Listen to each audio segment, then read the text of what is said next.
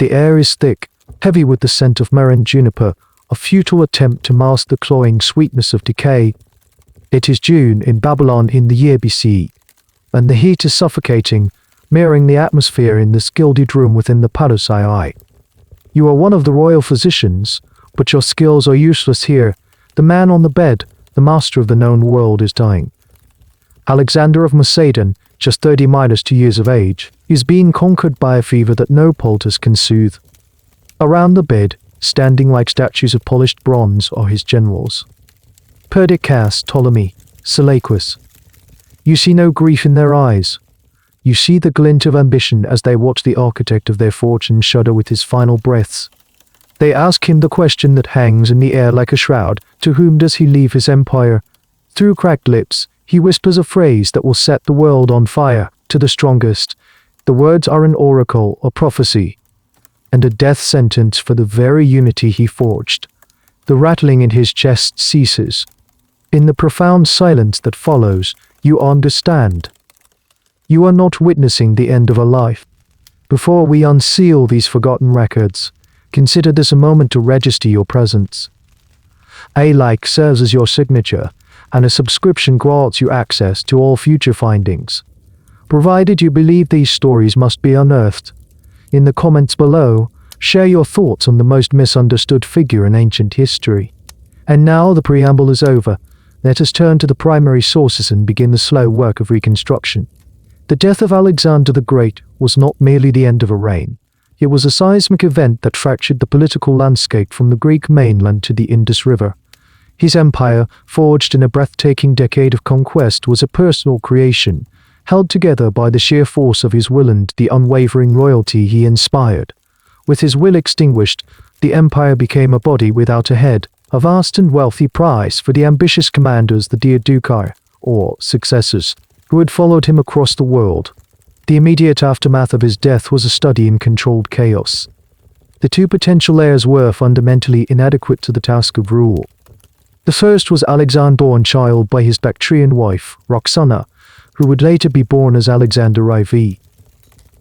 The second was Alexander's elder half-brother, Irhidu, a man deemed mentally unfit to govern, who was hastily proclaimed King Philippi I. A regency was established under the command of Perdiccas, the most senior officer of the cavalry. He advocated for preserving the empire's unity, holding it in trust for the infant Alexander IV. This position was immediately challenged. A council was convened, known to history as the Partition of Babylon. It was less a structured plan for imperial governance and more a pragmatic division of spoils, a temporary truce among predators. The great territories, the satrapies, were distributed among the leading generals who would govern them in the name of the two nominal kings. Lysimachus took Thrace, Antigonus the one-side received much of Anatolia, Seleucus was granted the satrapy of Babylon, and a quiet, calculating general named Ptolemy, son of Lagus, a lifelong friend of Alexander, made a specific and insightful request. He asked for Egypt. His choice was a masterstroke of geopolitical strategy. Unlike the sprawling, difficult minus-to-minus-defend territories of Asia, Egypt was a geographical fortress. It was bordered by vast deserts to the east and west, the Mediterranean to the north, and the cataracts of the Nile to the south. It was also phenomenally wealthy, its agricultural output the grain that fed much of the ancient world, providing a stable and immense source of revenue. Critically, Egypt possessed a powerful, ancient, and cohesive cultural identity, one that predated the Macedonians by millennia. Ptolemy recognized that while his peers would exhaust themselves fighting over the fractured heartland of Alexander's conquests, he could withdraw to Egypt, consolidate his power, and build a self-sufficient and defensible kingdom. He would not be a mere satrap, a provincial governor. He would be a king in all but name. The agreement struck in Babylon was fragile from its inception. It was a gentleman's agreement among men whose entire lives had been dedicated to violent competition. Perdiccas, as regent, attempted to assert his authority over the other generals, demanding their obedience to the central, imperial course. This was a fatal miscalculation. He underestimated the depth of their ambition and their unwillingness to subordinate themselves to a former equal. now entrenched in their respective territories, began to act less like governors and more like monarchs, raising their own armies and minting their own coins. The concept of a unified empire was dying faster than the memory of the man who built it. The stage was being set for the wars of the Diadochi, a series of sprawling, brutal conflicts that would last for decades and permanently dismember Alexander's creation. Ptolemy, observing this from his new seat of power in Alexandria, understood that legitimacy would be the ultimate currency in the wars to come. He needed more than territory and wealth. He needed a symbol, a direct link to the deified Alexander himself. And he knew exactly where to find it. The object at the center of the post-Alexandrian world was not a throne or a crown, but a corpse. For 2 years, while his generals negotiated the fate of his empire, Alexander's body remained in Babylon, meticulously preserved by Egyptian and Chaldean embalmers. The regent Perdiccas understood its symbolic power and commissioned a funeral carriage of unparalleled magnificence. According to the historian Diodorus Siculus, it was a vast, gilded temple on wheels, drawn by 60 miners for mules, designed to transport the conqueror's remains back to their ancestral home, the royal tombs at Aegiae in Macedon. The plan was a public declaration that the empire, despite its new administrative divisions, remained a Macedonian entity, its spiritual heart located in the homeland. The return of the king's body would be the ultimate symbol of Perdiccas's authority as the legitimate steward of this unified legacy. From his new capital in Alexandria, Ptolemy observed these preparations with a different strategic calculus. He recognized that the control of Alexander's body was a claim to succession more potent than any title granted by a council. It was a sacred relic, and its possessor could fashion a narrative of divine inheritance.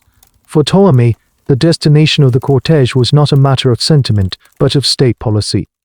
While Perdiccas sought to reinforce a Macedonian center, Ptolemy intended to create a new one in Egypt. His plan was audacious: to hijack the most sacred funeral procession in the world. He entrusted the task to a trusted officer, and in BC, as the grand carriage made its slow journey west through Syria, Ptolemy's forces intercepted it. There was no battle, the operation was swift, more of a co-minus opting than a violent seizure. Ptolemy had reportedly bribed the commander of the escort, the carriage, and the foundation myth it contained was diverted south, towards Egypt. This act of grand larceny was an unambiguous declaration of independence and an unforgivable affront to Perdiccas. It transformed the simmering political tensions among the Diadochi into open warfare. The theft of the body was the casus belli for what would become the First War of the Successors. Perdiccas, his authority directly challenged, marshaled the formidable imperial army and marched on Egypt to punish the rebellious that rapid reclaim his king. Ptolemy, having anticipated this response, prepared his defenses. He had chosen his territory well. The Nile River was a formidable military barrier, and Ptolemy controlled its choke points. He initially brought Alexander's body to Memphis, the ancient capital of the pharaohs. This was a deliberate and calculated gesture, aimed at the native Egyptian populace and priesthood. By entering the great conqueror in their sacred city, Ptolemy was symbolically linking the new Macedonian rule with Egypt's millennium-old traditions of divine kingship. In the spring of BCE, Perdiccas arrived at the eastern edge of the Nile Delta. His army was superior in numbers and experience, but it was an invading force in hostile, difficult terrain. He made 3 separate attempts to force a crossing of the river. All 3 were disastrous failures. Ptolemy's well-managed prepared defenses, combined with the treacherous currents of the Nile, repelled the imperial forces. In one catastrophic attempt near Plsium, over 2,000 of Perdiccas's soldiers were lost, either killed by Ptolemy's men or drowned in the river, with some reportedly taken by crocodiles. The morale of the invading army collapsed. The soldiers had no quarrel with Ptolemy, who was a popular and respected Macedonian commander. They began to question the judgment of a leader who had led them to such a costly and humiliating defeat. The dissent in Perdiccas's camp festered into a full-blown mutiny. A conspiracy formed among his senior officers, including Pathon, the satrap of Media, and Symmachus, the commander of the elite cavalry. They entered the regent's tent one night and assassinated him. The war was over before it had truly begun. Ptolemy's gamble had resulted in a stunning victory. Not only had he repelled the invasion and secured his hold on Egypt, but his primary rival for control of the empire was now dead, eliminated by his own men. In a gesture of magnanimity, Ptolemy provided supplies to the now minus leader to destroy him, a move that further enhanced his reputation for prudence and stability among the Macedonians. The body of Alexander, now securely in his possession, would eventually be moved to a grand tomb in Alexandria, becoming the spiritual centerpiece of his new capital and the ultimate legitimizing icon for the dynasty he was about to found. Military victory secured the borders of Ptolemy's new kingdom, but the long-term project was the conquest of legitimacy. Physical control of Egypt was one matter, rightful rule was another entirely. Ptolemy I, now styling himself Soter, or Savior, faced a unique administrative challenge.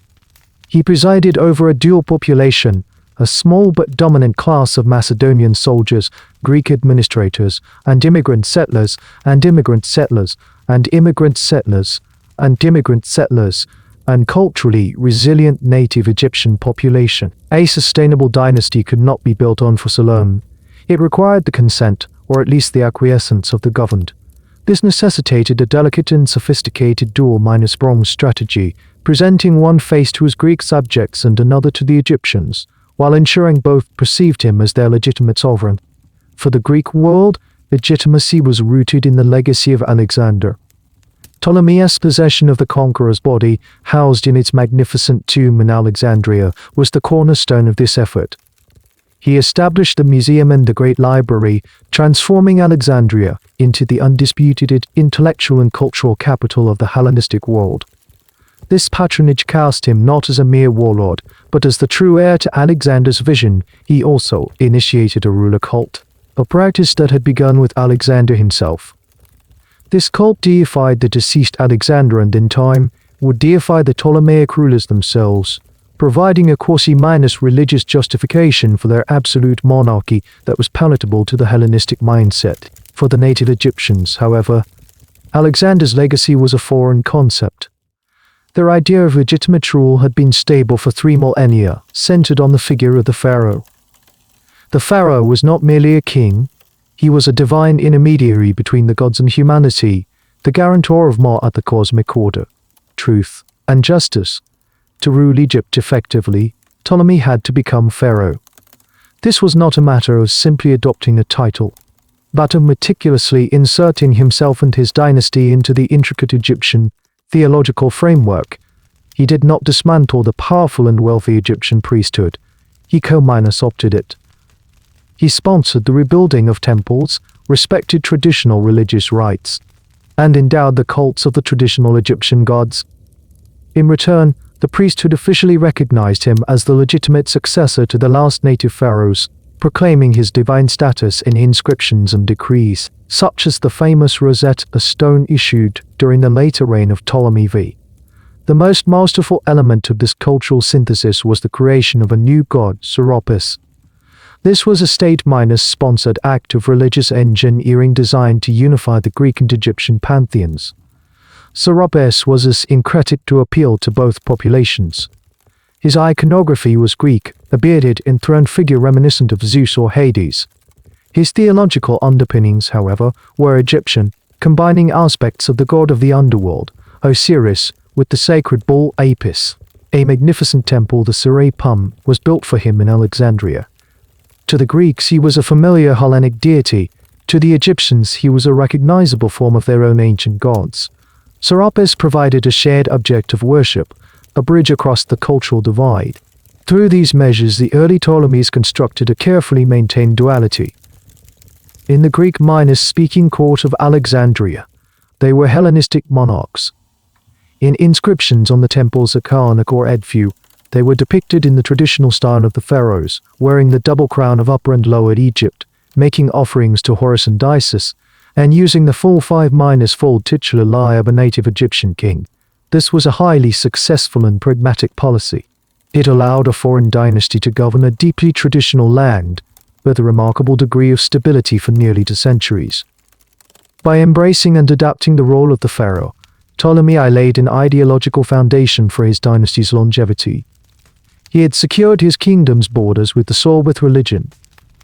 But his son Ptolemy I would take the imitation of pharaonic tradition one step further, reviving a practice that would come to define, and ultimately corrupt, the dynasty's very blood. Upon the death of Ptolemy I in BC, the throne passed to his designated heir, Ptolemy I. The succession itself was a carefully managed affair, as Ptolemy I had an elder, disfavored son by another wife. By elevating the younger Ptolemy I, the old king ensured the continuation of a specific political lineage. The kingdom Ptolemy I inherited was stable, prosperous, and secure. Its capital, Alexandria, was already the jewel of the Mediterranean. His early reign followed the established Hellenistic pattern of dynastic diplomacy. He was married to Arsinoe, the daughter of Lysimachus, the powerful king of Thrace and one of the last surviving original Diadochi. This was a standard political alliance, designed to secure borders and forge ties with a rival power. The marriage was fruitful, producing 3 children, including the future king, Ptolemy I. By all conventional measures, the succession was secure and the dynasty's future was orthodox. This conventional stability was shattered by the arrival of a refugee, who was also a queen, Arsinoe I. Arsinoe I was not a demure princess seeking shelter. She was one of the most formidable political figures of her generation, a woman forged in the brutal crucible of the Diadochi Wars. She had been married first to Lysimachus, the father of her sister Minos in Minos' law, Arsinoe, and had borne him sons. After Lysimachus's death in battle, in a desperate bid to protect her children's inheritance, she made a fatal strategic error. She married her own paternal half-Minos brother, Ptolemy Charaonos. Charaonos, a ruthless opportunist, betrayed her, murdering 2 of her young sons before her eyes and exiling her to the island of Samothrace. She arrived in Egypt around BCE not as a broken victim, but as an experienced, ambitious, and utterly ruthless survivor, with an unparalleled understanding of Hellenistic power politics. The court at Alexandria immediately became a battleground of intrigue. There were now 2 Arsinoe, mother of the heir, and the king's exiled sister Arsinoe I, a woman of superior intellect and political acumen. The latter quickly gained the confidence and admiration of her brother, the king. Within a few years of her arrival, a plot was conveniently discovered. Arsinoe was accused of conspiring to assassinate her husband. The evidence for this conspiracy is historically thin, suggesting it was likely a fabrication orchestrated by her rival. The queen was swiftly found guilty, disgraced, and exiled to Ptolemais in southern Egypt. Her children, the legitimate heirs, remained at court, now motherless. The path was clear. Ptolemy I then took a step that was unprecedented and profoundly shocking to the Greek world. Sometime around BCE, he married Arsinoe I, his full Minos-blooded sister. This act violated one of the deepest social and religious taboos of Macedonian and broader Hellenic culture. Sibling incest was the stuff of tragic myths like Oedipus, a sign of tyranny and a violation of natural order. For his Greek subjects, this was a scandalous and potentially destabilizing act. But Ptolemy I was not appealing to a Greek audience. He was making a definitive statement about the nature of his kingship, one aimed squarely at his Egyptian subjects and the theological foundations of his rule. He was completing the work his father had started. If Ptolemy I had adopted the role of pharaoh, Ptolemy I had adopted the divine behavior of the gods themselves. The justification for this radical departure from Hellenistic norms was found in Egyptian religious precedent. The most important divine pairing in the Egyptian pantheon was that of Isis and Osiris, sister and brother who were also husband and wife. Their mythological union was the source of cosmic stability and legitimate succession through their son, Horus. By marrying his sister, Ptolemy I was not committing a perversion, he was performing a sacred act of imitation, elevating his own monarchy to the divine level of the gods. To formalize this, he adopted the official epithet Philadelphus, meaning sibling minus lover. This was not an insult hurled by his enemies, it was a title he claimed for himself, a piece of brilliant propaganda that transformed a taboo into a mark of piety and divine status. Arsinoe I was no mere consort.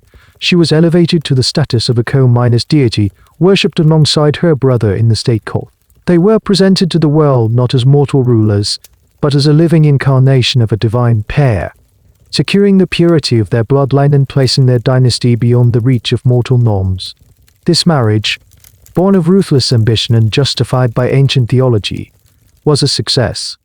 Arsinoe proved to be a brilliant co-ruler, but it set a fatal precedent. The union of brother and sister was now codified as the ideal form of Ptolemaic rule, a divine template that would be replicated by their successors with increasingly destructive consequences. The marriage of Ptolemy and Arsinoe was not an emotional decision born of passion, nor was it a singular aberrant act. It was the deliberate establishment of a dynastic policy, a calculated solution to the fundamental insecurities of Hellenistic kingship. To understand the 3-century endurance of the Ptolemaic Dynasty and the viciousness of its eventual decline, one must first dissect the cold logic behind this institutionalized incest. The policy was predicated on 3 interconnected pillars: the purity of the royal bloodline, the consolidation of political power, and the preservation of dynastic wealth. Together, these principles formed a self-reinforcing ideology that defined the Ptolemies and set them apart from all other successor kingdoms. The foremost justification was the concept of blood purity. The Ptolemies, like Alexander before them, were in the process of elevating their family from Macedonian nobility to the status of living gods. Divinity, in this framework, was a biological trait, a quality inherent in the blood itself.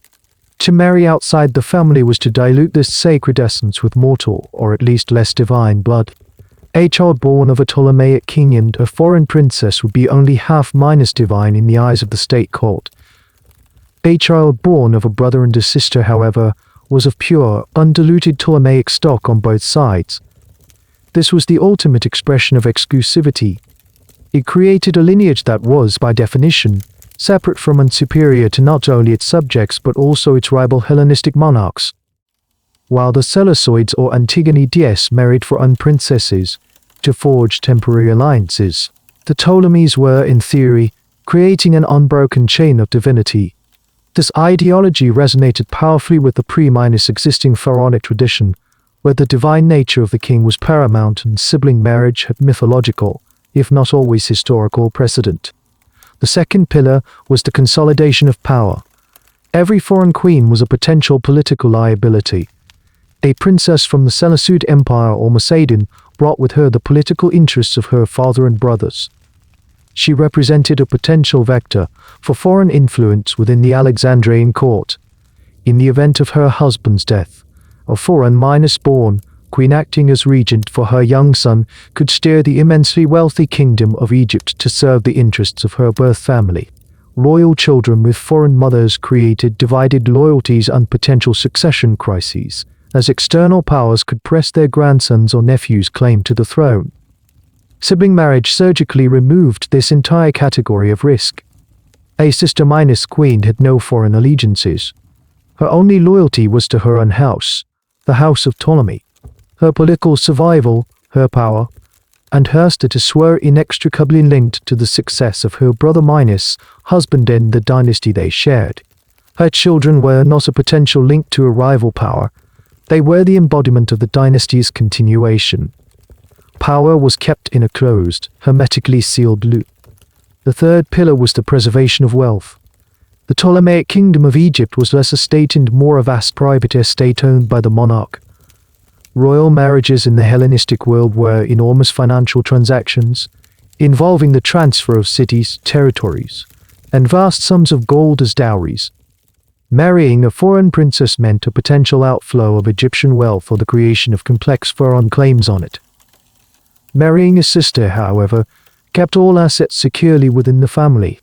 The dowry was a purely internal accounting measure. All land, all income from taxation, all the grain, and all the gold remained the exclusive property of the ruling pair, to be passed down intact to their equally pure blooded children.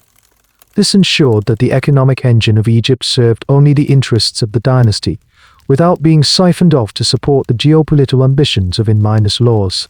These three pillars, purity, power, and property, created what seemed, on paper, to be a perfect system for dynastic perpetuity. It eliminated external threats, purified the divine mandate, and secured the economic base. But this system, designed for ultimate stability, harbored a fatal flaw. By concentrating all power and legitimacy within the nuclear family, it also concentrated all potential conflict. When rivalries emerged, they were not between distant courts but across the dinner table. The enemy was not a foreign king, but one's own brother, sister, or mother. The insularity that was meant to protect the dynasty from the outside world turned the royal court into a pressure cooker of familial ambition, jealousy, and paranoia. The conflicts, when they inevitably came, would be fought with a unique and terrifying intimacy, as the system designed to eliminate rivals instead bred them within its own walls. The successful and celebrated co-regency of Ptolemy I concluded with her death in BC. Ptolemy I outlived his sister-wife by more than 2 decades, continuing to build Alexander of commerce and learning. Upon his death in BC, the throne passed to his son Ptolemy I.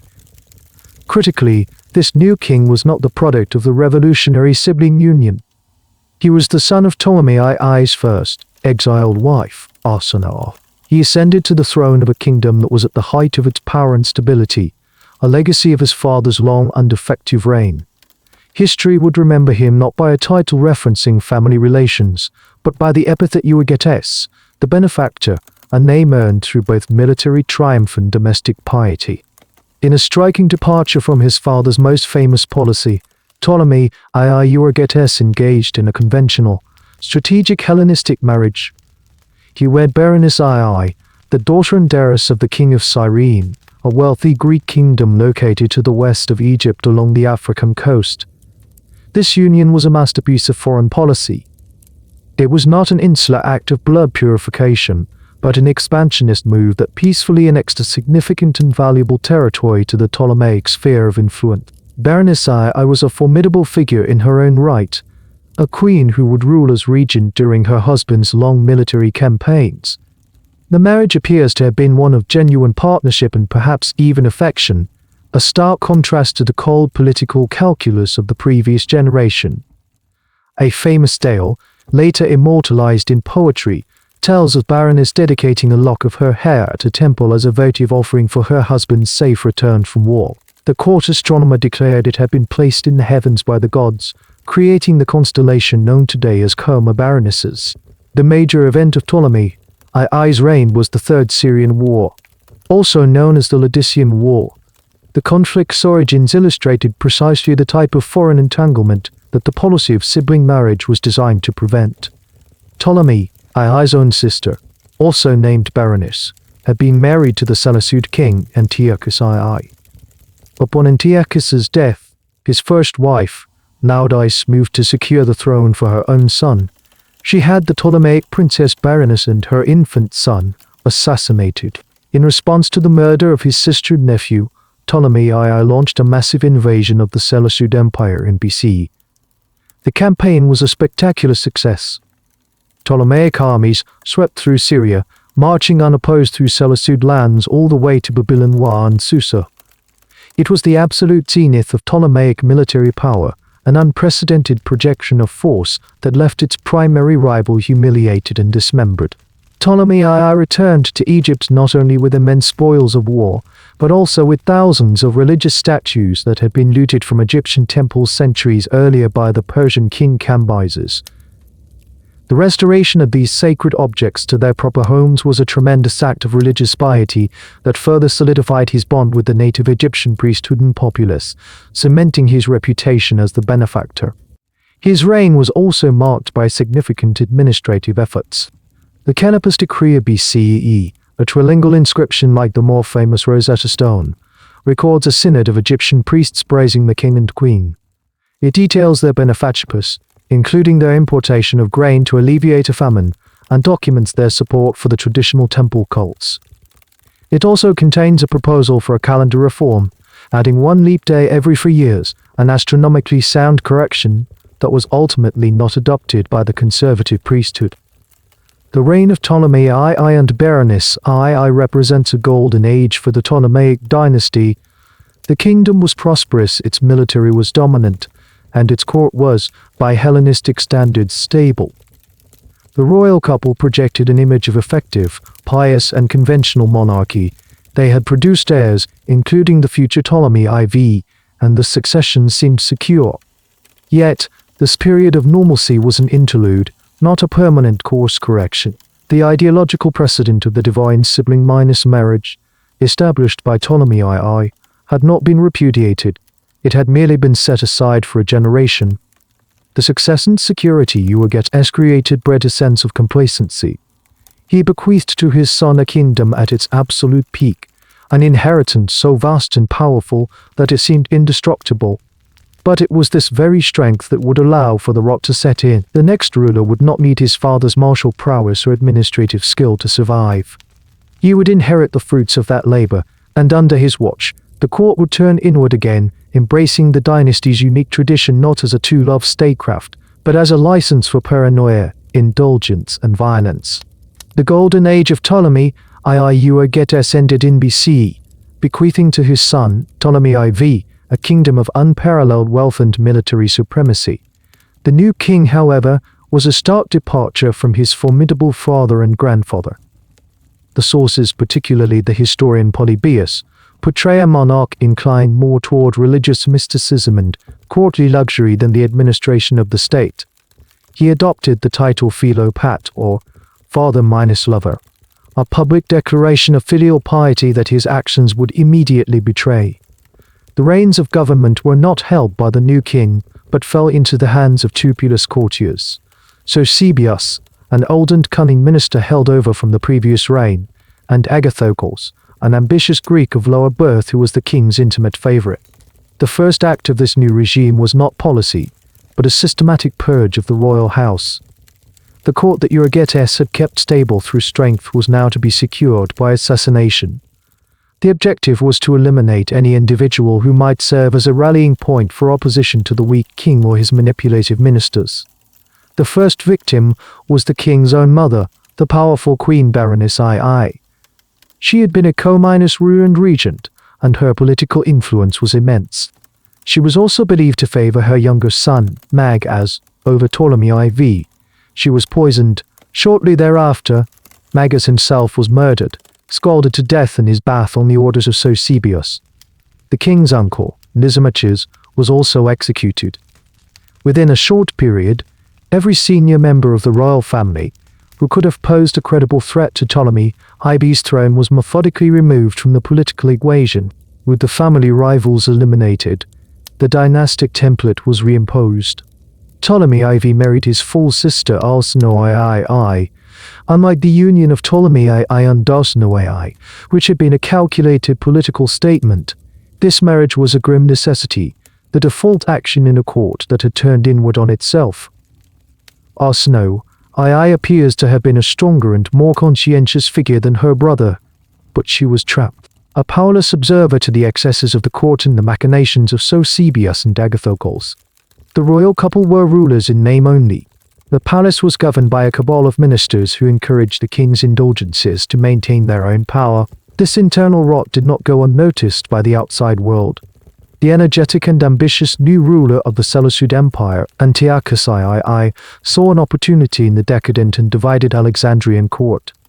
In BC, he launched the Fourth Syrian War, invading the Ptolemaic territories of Syria. The initial Ptolemaic response was sluggish and ineffective, managed by the same ministers who had just finished murdering the kingdom's most experienced leaders. Antiochus made significant gains, and for a time, it seemed the Ptolemaic Empire was on the verge of collapse. Faced with an existential threat, Eusebius and Ptolemy IV were forced to take a radical and unprecedented step. The traditional Macedonian-Greek military was insufficient to meet the challenge. For the first time, they authorized the recruitment and training of a massive contingent of native Egyptian soldiers, the mocking war, equipping them in the Macedonian style to fight as a phalanx. In BCE, the two armies met at the Battle of Raphiae, near the modern Gaza Strip. It was one of the largest battles of the Hellenistic Age. Ptolemy IV was present, as was Arsinoe II, who reportedly rode along the lines to encourage the troops. The battle was a hard-fought Ptolemaic victory, secured in large part by the steadfast performance of the newly armed Egyptian phalanx, which stood its ground and turned the tide against the Seleucid infantry. But the victory contained the seeds of future disaster. The Ptolemies had, out of desperation, armed their subjects. They had demonstrated to the Egyptian population that they were the military backbone of the kingdom. This act of empowerment would fundamentally alter the relationship between the foreign rulers and the native populace, leading to decades of internal rebellions and nationalist uprisings in the south. After Raphael, Ptolemy IV did not capitalize on his victory. He hastily concluded a peace treaty with Antiochus and retreated back to his life of luxury and religious devotion in Alexandria, particularly to the orgiastic cult of Dionysus. Arsinoe II, despite her role in the victory, was increasingly marginalized, living as a virtual prisoner in the palace. The final years of the reign saw the state continue to drift under the control of Eusebius and Agathocles. When Ptolemy IV died in BCE, his death was kept secret by the ministers. They understood that their power depended entirely on their control of the royal person. Before they announced the king's death, they moved to secure their position by eliminating the last person with a legitimate claim to authority, the queen. Arsinoe II, the king's sister-wife and mother of his young heir, was murdered in a palace coup, ensuring that the next reign would begin with a child on the throne and assassins as his guardians. The murder of Queen Arsinoe II in BC was a calculated act designed to create a power vacuum. With both Ptolemy IV and his sister-wife dead, the sole heir to the throne was their son Ptolemy V, a child of approximately 5 years old. This was the precise scenario the conspirators, Agathocles and his sister Agathocles, had engineered. A child king could not rule, he could only reign in name. The real power would belong to his regent, Agathocles, who had been the late king's closest confidant. He immediately proclaimed himself and his sister as the young king's guardians, effectively seizing control of the state. The secrecy surrounding the deaths of the royal couple was lifted, and the ministers presented the weeping child king to the assembled palace guards and the Alexandrian populace, cynically playing on their sympathies to legitimize their own usurpation. The regency of Agathocles was an immediate and unmitigated disaster. He lacked the political cunning of his deceased partner, Eusebius, and his rule was characterized by incompetence, corruption, and an open indulgence in the wealth of the treasury. He alienated the Macedonian military establishment, the traditional pillar of Ptolemaic power, by promoting his own unqualified cronies to high positions. He squandered state funds on lavish banquets and personal luxuries, earning the contempt of the Alexandrian mob, a notoriously fickle and powerful political force. The authority of the Ptolemaic state, already weakened by the indolence of the previous reign, began to collapse entirely. News of the chaos in Alexandria traveled quickly. The kingdom's external rivals, Antiochus III of the Seleucid Empire and Philip V of Macedon, saw their opportunity. The Ptolemaic kingdom, led by a small child and a despised regent, was vulnerable. In BC, the two kings formed a secret pact to dismember the Ptolemaic overseas empire, a collection of valuable territories in the Aegean, Anatolia, and the Levant. This began the Fifth Syrian War. Antiochus invaded and successfully conquered the long-disputed province of Kol, a devastating economic and strategic loss for Egypt. Philip V, meanwhile, attacked Ptolemaic holdings in the Aegean Sea. The Ptolemaic military, leaderless and demoralized, was unable to mount an effective defense. The empire built by the first three Ptolemies was being dismantled. Internally, the kingdom was also disintegrating. The empowerment of the native Egyptian soldiers at the Battle of Raphael had backfired, just as some had feared. Feeling their own strength and resentful of foreign rule, a massive nationalist rebellion had erupted in the south of Egypt, the Ubaid, a rival pharaoh, first Amenhotep and then his successor Anquinnefer, established a breakaway kingdom centered on the ancient capital of Thebes. This was not a minor uprising, it was a full-scale secession, that deprived the Alexandrian government of control over more than half the country and a huge portion of its agricultural revenue for nearly 20 years. The kingdom was fighting and losing a war on two fronts, externally against the other Hellenistic powers and internally against a native insurgency. The regency of Agathocles did not last long. His arrogance and incompetence finally ignited the fury of both the military and the Alexandrian public. In BCE, Ptolemies, the Ptolemaic general in charge of the eastern frontier, raised the banner of revolt. The palace guards in Alexandria, sensing the shift in power, joined the uprising.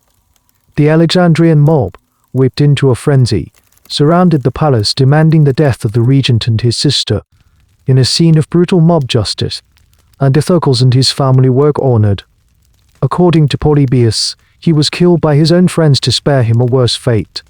His sister Agatha, their mother, and other female relatives were dragged out, stripped naked, and publicly dismembered by the crowd. The young king, Ptolemy V, was transferred to the care of a new set of guardians. But the damage was done. The purges of Ptolemy IV's reign in the catastrophic regency that followed had gutted the dynasty's leadership, crippled its military, and invited for an invasion and internal rebellion. The child king was now a pawn in a desperate game of survival, his kingdom bankrupt and broken. For the first time, the Ptolemies could no longer save themselves.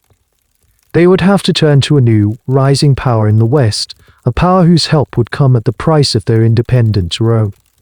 The brutal end of the Agathocles regency did not restore stability to Alexandria. It merely exchanged one form of chaos for another. The Ptolemaic state was a ship without a rudder, captained by a rotating council of ambitious generals and ministers, all claiming to act in the best interests of the boy-king, Ptolemy V. While the court was consumed with internal power struggles, the kingdom's enemies were at the gates. The Seleucid king Antiochus II had decisively won the Fifth Syrian War, permanently seizing Syria and Palestine. Philip V of Macedon was methodically capturing Ptolemaic naval bases and territories across the Aegean. The native rebellion in the south raged unchecked. The dynasty, for the first time in its history, faced the very real prospect of total annihilation. Confronted with this existential crisis, the new regents in Alexandria made a decision that would alter the course of Mediterranean history. Unable to counter the military might of their Hellenistic rivals, they turned to the only power capable of doing so. They sent an embassy to the Roman Republic. This was a calculated appeal born of desperation. Rome had just emerged victorious from the Second Punic War in BCE, crushing Carthage at the Battle of Zama. Its legions were recognized as the most formidable military force in the world. Critically, Rome had its own strategic interests in the eastern Mediterranean. The Senate was wary of a single Hellenistic monarch, like Antiochus or Philip, achieving hegemony over the entire region. Furthermore, Egypt was the breadbasket of the ancient world, and a disruption to the vital grain supply was a matter of Roman concern. The Ptolemaic appeal for protection aligned perfectly with Rome's own policy of maintaining a balance of power among the successor states. The Roman Senate accepted the role of guardian to the young Ptolemy V. This was not an act of altruism. It was an act of profound geopolitical significance. Rome was formally inserting itself as the ultimate arbiter of Hellenistic affairs. Its response was not to send an army to Egypt, but to deploy its most potent weapon, the unqualified threat of its legions. A Roman delegation was dispatched to deliver an ultimatum to Philip V and Antiochus III, demanding they cease their aggression against Ptolemaic possessions. While Antiochus was engaged in the east, Philip V faithfully ignored the Roman warning. This led to the Second Macedonian War, which culminated in the decisive Roman victory at the Battle of Cynos-Cephael in BC. The message to the Hellenistic world was unambiguous. Roman interests were now paramount, and defiance would be met with annihilation. This Roman intervention was a Faustian bargain. It saved the Ptolemaic dynasty from immediate extinction, but it came at the cost of its sovereignty.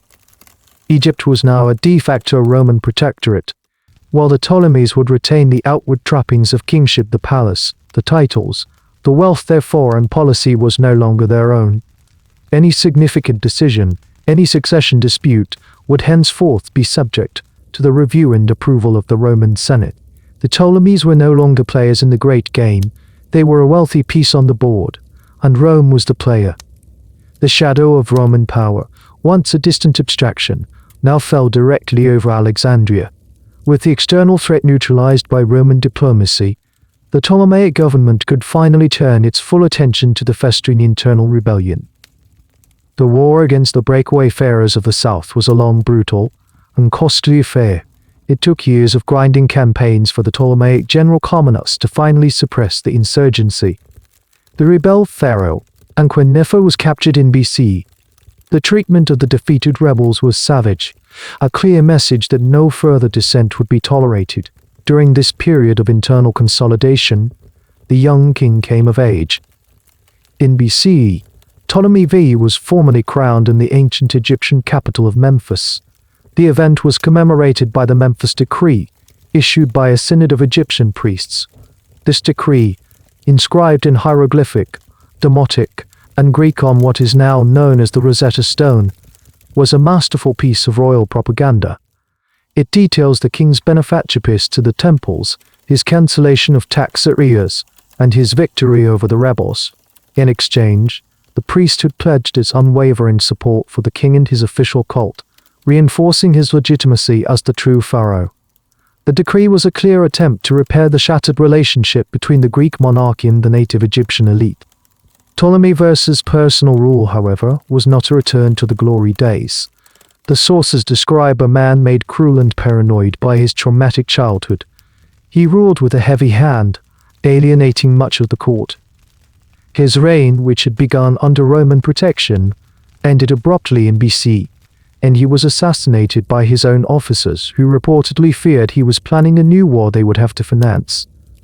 He left behind 2 young sons and a daughter, bequeathing to the kingdom the very thing that had defined his own life, a minority rule in the certainty of another destructive power struggle, all conducted under the watchful and opportunistic gaze of Rome.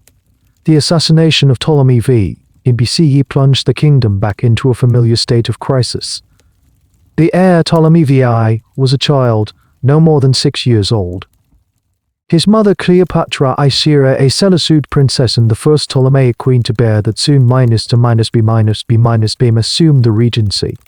She proved to be a capable and prudent ruler, maintaining a policy of peace with her Seleucid relatives and a deferential relationship with Rome, understanding that these were the twin pillars of her son's fragile throne. For a few years, a semblance of stability returned to Alexandria. However, upon her death in BCE, the government fell into the hands of 2 court eunuchs, Julius and Linnaeus, who acted as the new regents. Their grasp of geopolitics was far less sophisticated than the late queen's.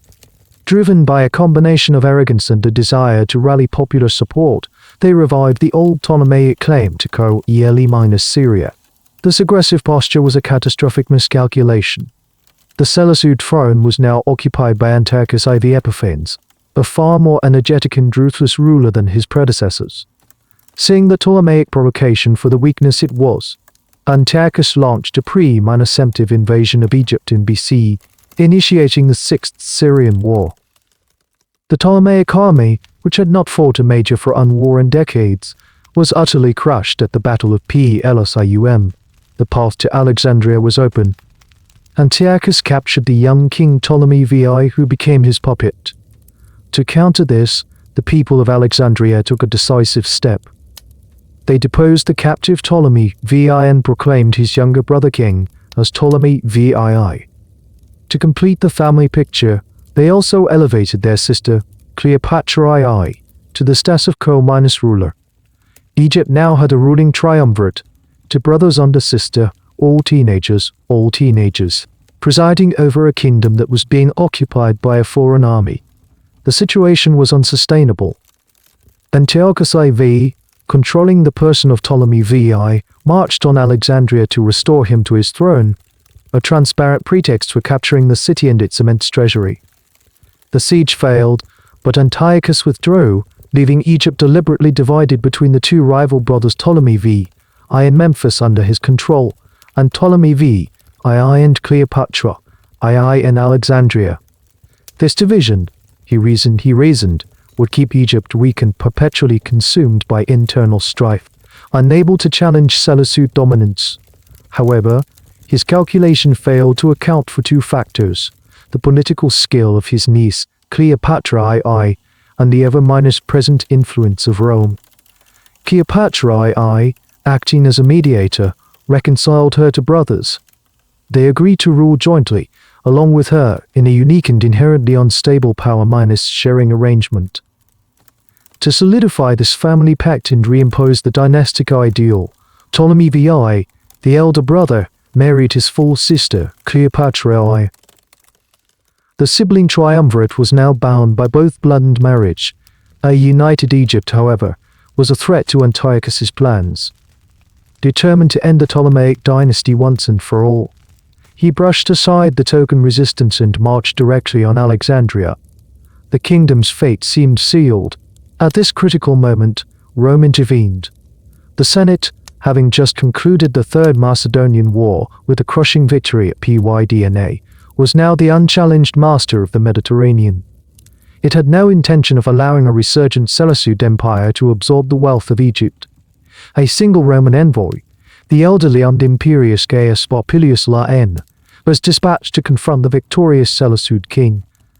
According to the historian Livy, Popilius met Antiochus outside Alexandria and delivered the Senate's demand that he withdraw his army from Egypt and Cyprus immediately. When Antiochus prevaricated, asking for time to consult with his council, Popilius drew a circle in the sand around the king with his staff and delivered one of the most famous ultimatums in history. Before you step out of this circle, give me a reply to lay before the Senate. The threat was blunt and absolute. A war Antiochus knew he could not win.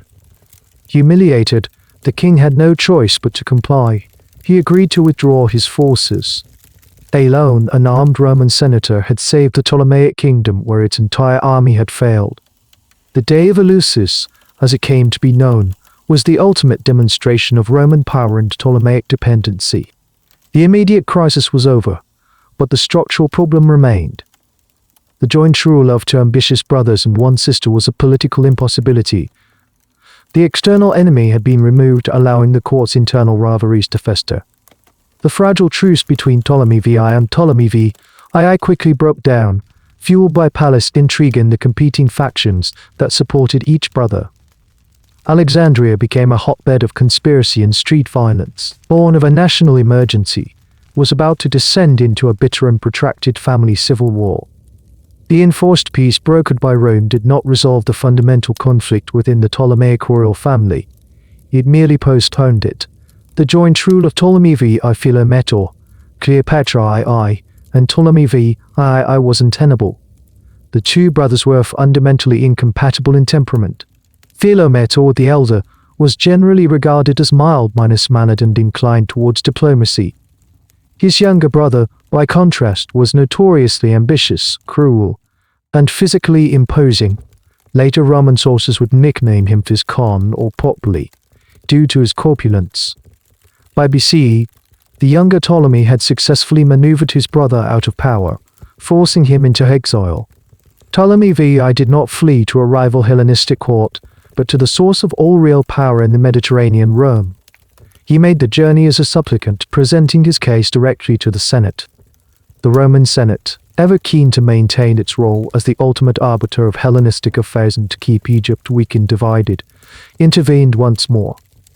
They did not restore the joint monarchy, but instead formally partitioned the Ptolemaic kingdom.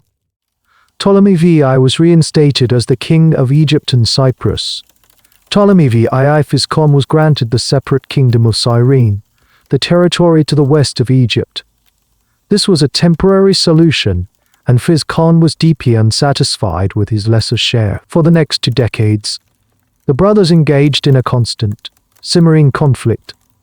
Physcon made repeated attempts to seize Cyprus, and on at least 2 occasions, he traveled to Rome to plead his case, even dramatically displaying were from an assassination attempt orchestrated by his brother. The Senate, for the most part, did little to resolve the endless fraternal squabbling, content to let the dynasty weaken itself through internal strife. This period of relative stasis came to an abrupt end in BCE with the death of Ptolemy VI Philometor. He was killed in battle in Syria while intervening in a Seleucid civil war. His death created an immediate power vacuum in Alexandria. The throne legally passed to his young son, Ptolemy VI Aeneas Philopator, with the boy's mother, Cleopatra II, acting as regent.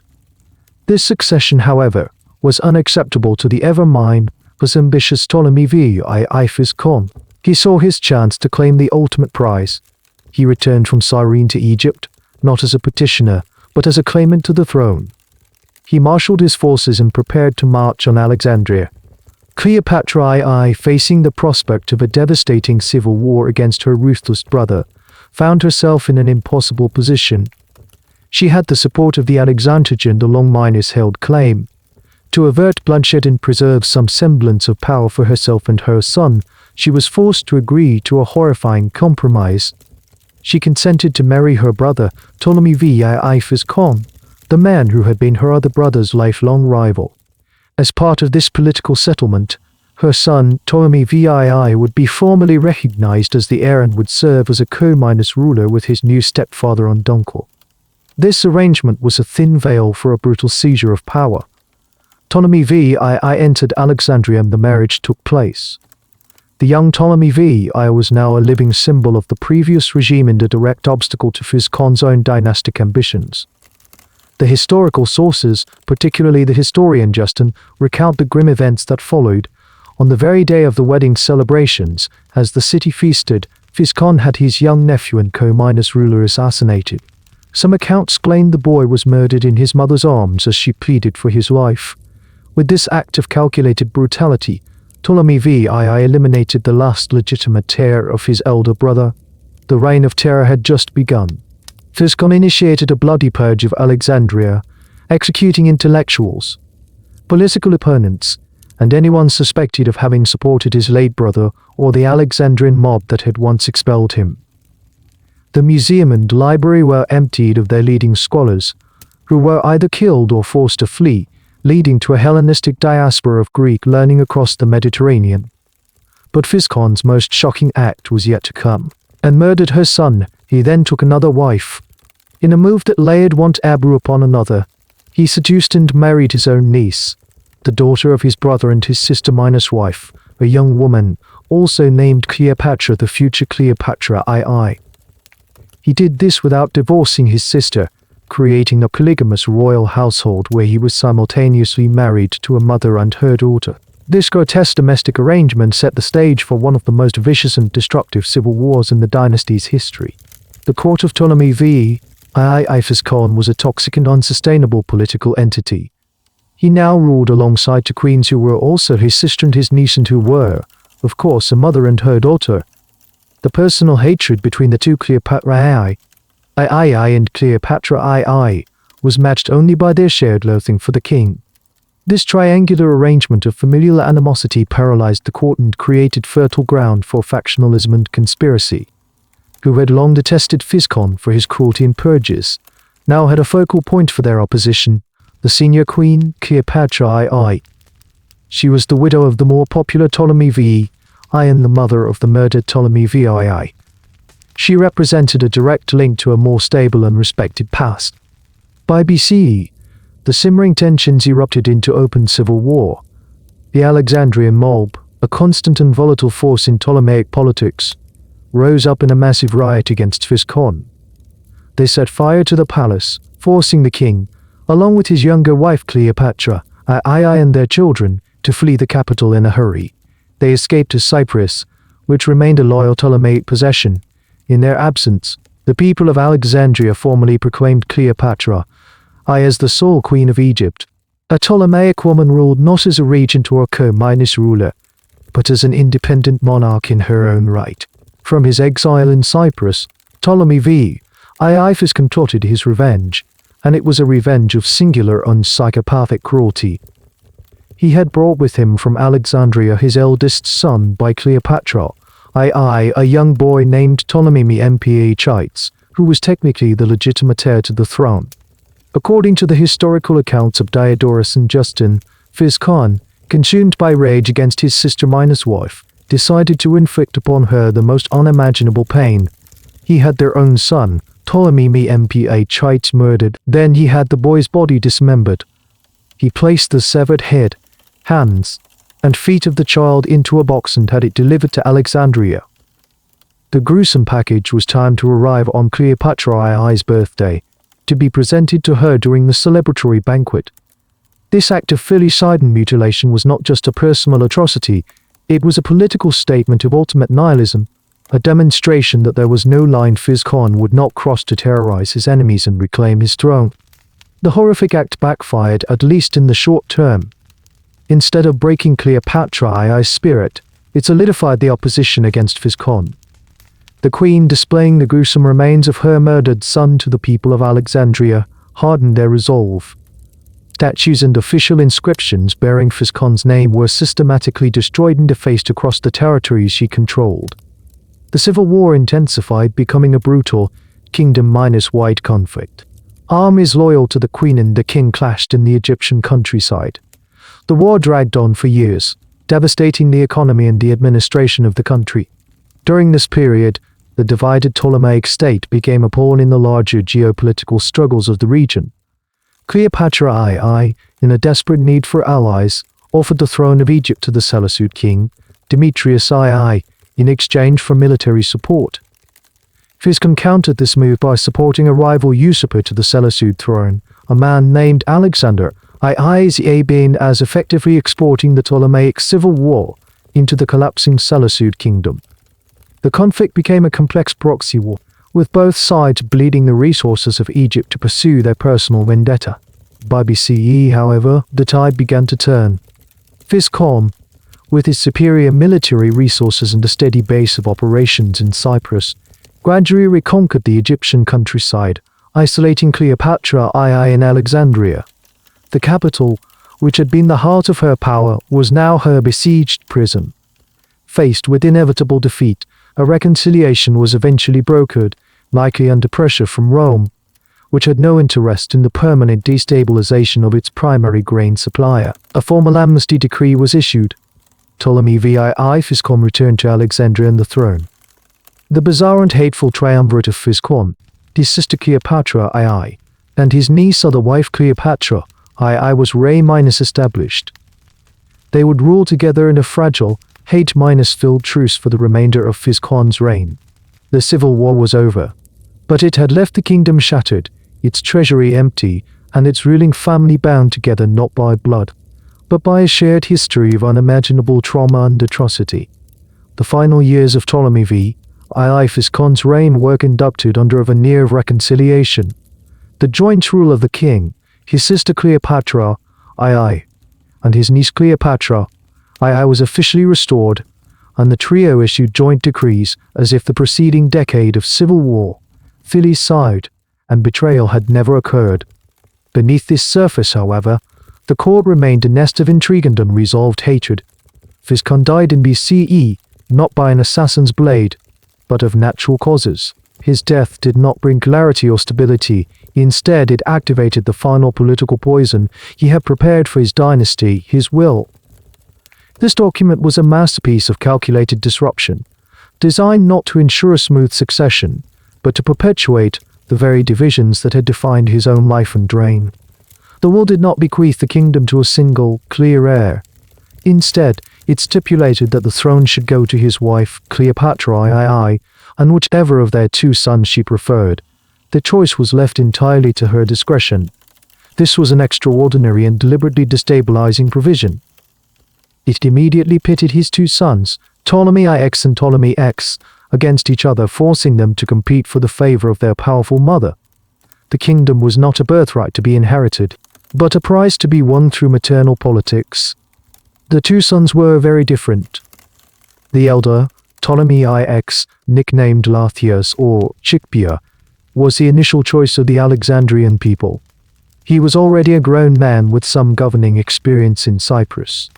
The younger son, Ptolemy X, nicknamed Alexander, was his mother's clear favorite, seen as more pliable and dependent on her. Cleopatra II, a woman who had spent her entire life navigating the treacherous currents of the Ptolemaic court, intended to rule through her sons, not alongside them. Initially, she was forced by popular pressure in Alexandria to accept her elder son, Ptolemy IX Lathias, as her co-minus ruler. From the very beginning of this joint reign, she asserted her dominance. In official decrees and on coinage, her name was placed before her son's, a clear indication of her senior status. She forced him to divorce his beloved sister-wife, Cleopatra IV, and marry another, younger sister, Cleopatra VII. This was a naked power play designed to break any independent alliances her son might form within the family and ensure his complete reliance on her. The relationship between mother and son was fraught with suspicion. Cleopatra II constantly sought a pretext to depose Laertius and install his more malleable younger brother. For 10 years, this uneasy co-minus regency continued, with Laertius attempting to carve out some measure of independent authority and his mother actively working to undermine him. She accused him of attempting to assassinate her and used her influence with the military and the Alexandrian mob to keep him off balance. The political life of the capital was dominated by the factions loyal to the mother and those loyal to the son. The breaking point came in BCE. Cleopatra II, having finally manufactured sufficient evidence of her son's treachery, successfully incited the Alexandrian populace against him. A riot erupted, and Ptolemy IX Laertius was forced to flee Alexandria. He escaped to Cyprus, which he managed to secure as an independent kingdom in exile. His mother had finally achieved her goal. She summoned her favored younger son, Ptolemy X Alexander I, from his post in the Peloponnese and installed him on the throne of Egypt as her new junior co-minus ruler. The kingdom was now formally divided once again, just as it had been in the days of Physcon and his brother. Ptolemy IX Laertius ruled a breakaway kingdom in Cyprus, from which he would constantly seek to reclaim his Egyptian inheritance. In Alexandria, Cleopatra II ruled with her puppet son, Ptolemy X Alexander I. But she had created a monster, having taught her sons that the throne was something to be taken by force and intrigue, rather than inherited by right. She had set a dangerous precedent. Her younger son, Alexander, would eventually grow tired of being his mother's pawn. The will of Ptolemy V. II Physcon had not just divided a kingdom, it had institutionalized matricide and fratricidal conflict as the primary mechanism of Ptolemaic succession for the next generation.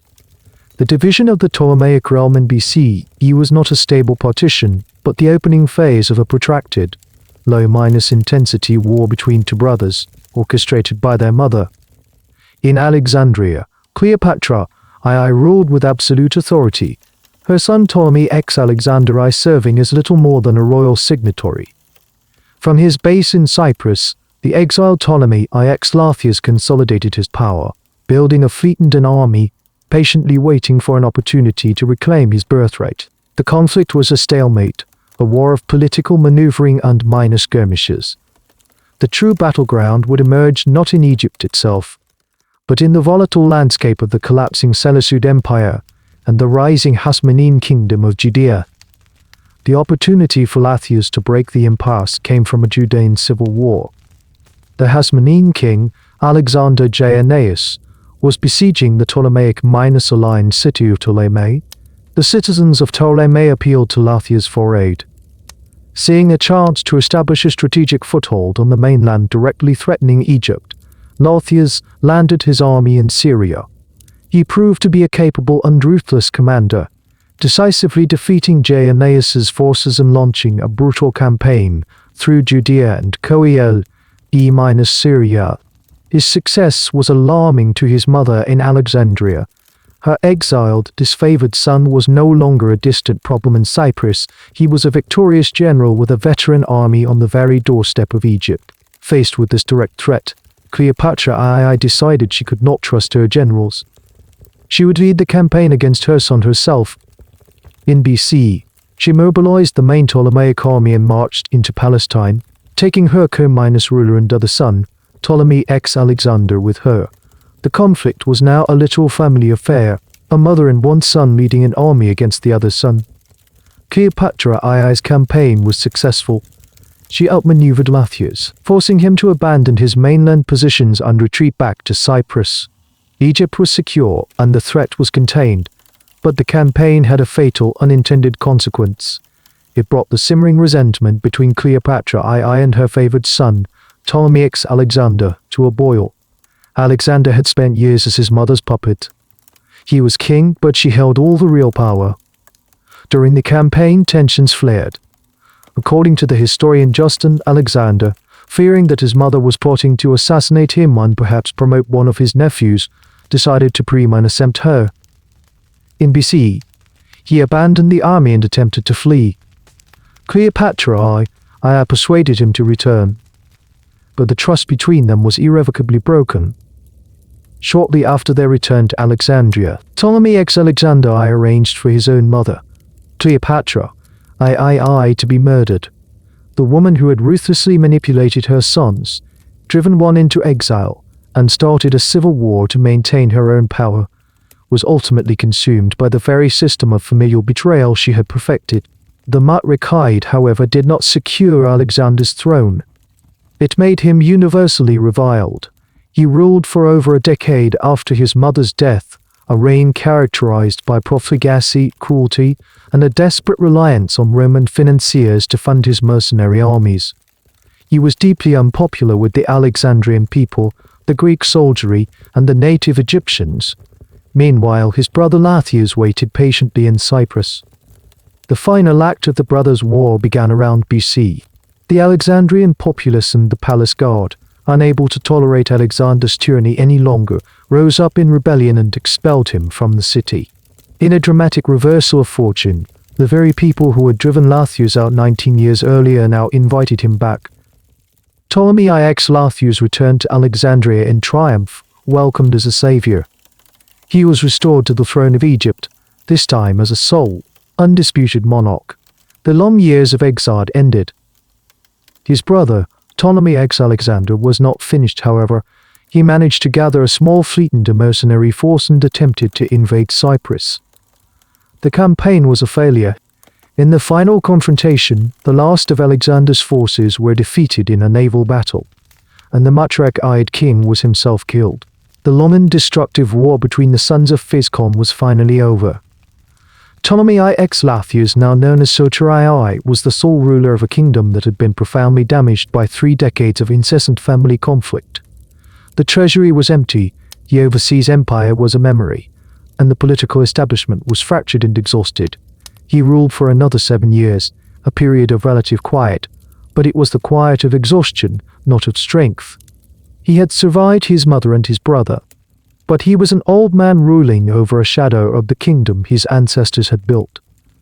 Upon his death in BC, he left no legitimate male heir, creating yet another succession crisis and ensuring that the next generation would continue the dynasty's inexorable spiral into self-destruction. The death of Ptolemaic Lathius in BC presented the Egyptian kingdom with a constitutional and dynastic crisis. His only legitimate male heirs were the sons of his deceased brother, Ptolemaic Alexander, and they were living in exile under Roman protection. The only legitimate descendant of the main Ptolemaic line residing in Alexandria was his daughter, Berenice I. In a display of the growing political power of royal women, and with the backing of the Alexandrian populace, Berenice I assumed the throne, ruling for a time as sole monarch. She was popular and seen as the rightful heir, but in a world dominated by the patriarchal traditions of Hellenistic monarchy and the ever-mindless watchful eye of Rome, the lone queen was a political anomaly. Rome, now the undisputed arbiter of Mediterranean politics, had its own candidate for the Ptolemaic throne. They controlled Lathius's nephew, the son of Ptolemaic Alexander I and Cleopatra Selene. This young man, also named Ptolemy, had spent much of his life in Roman custody.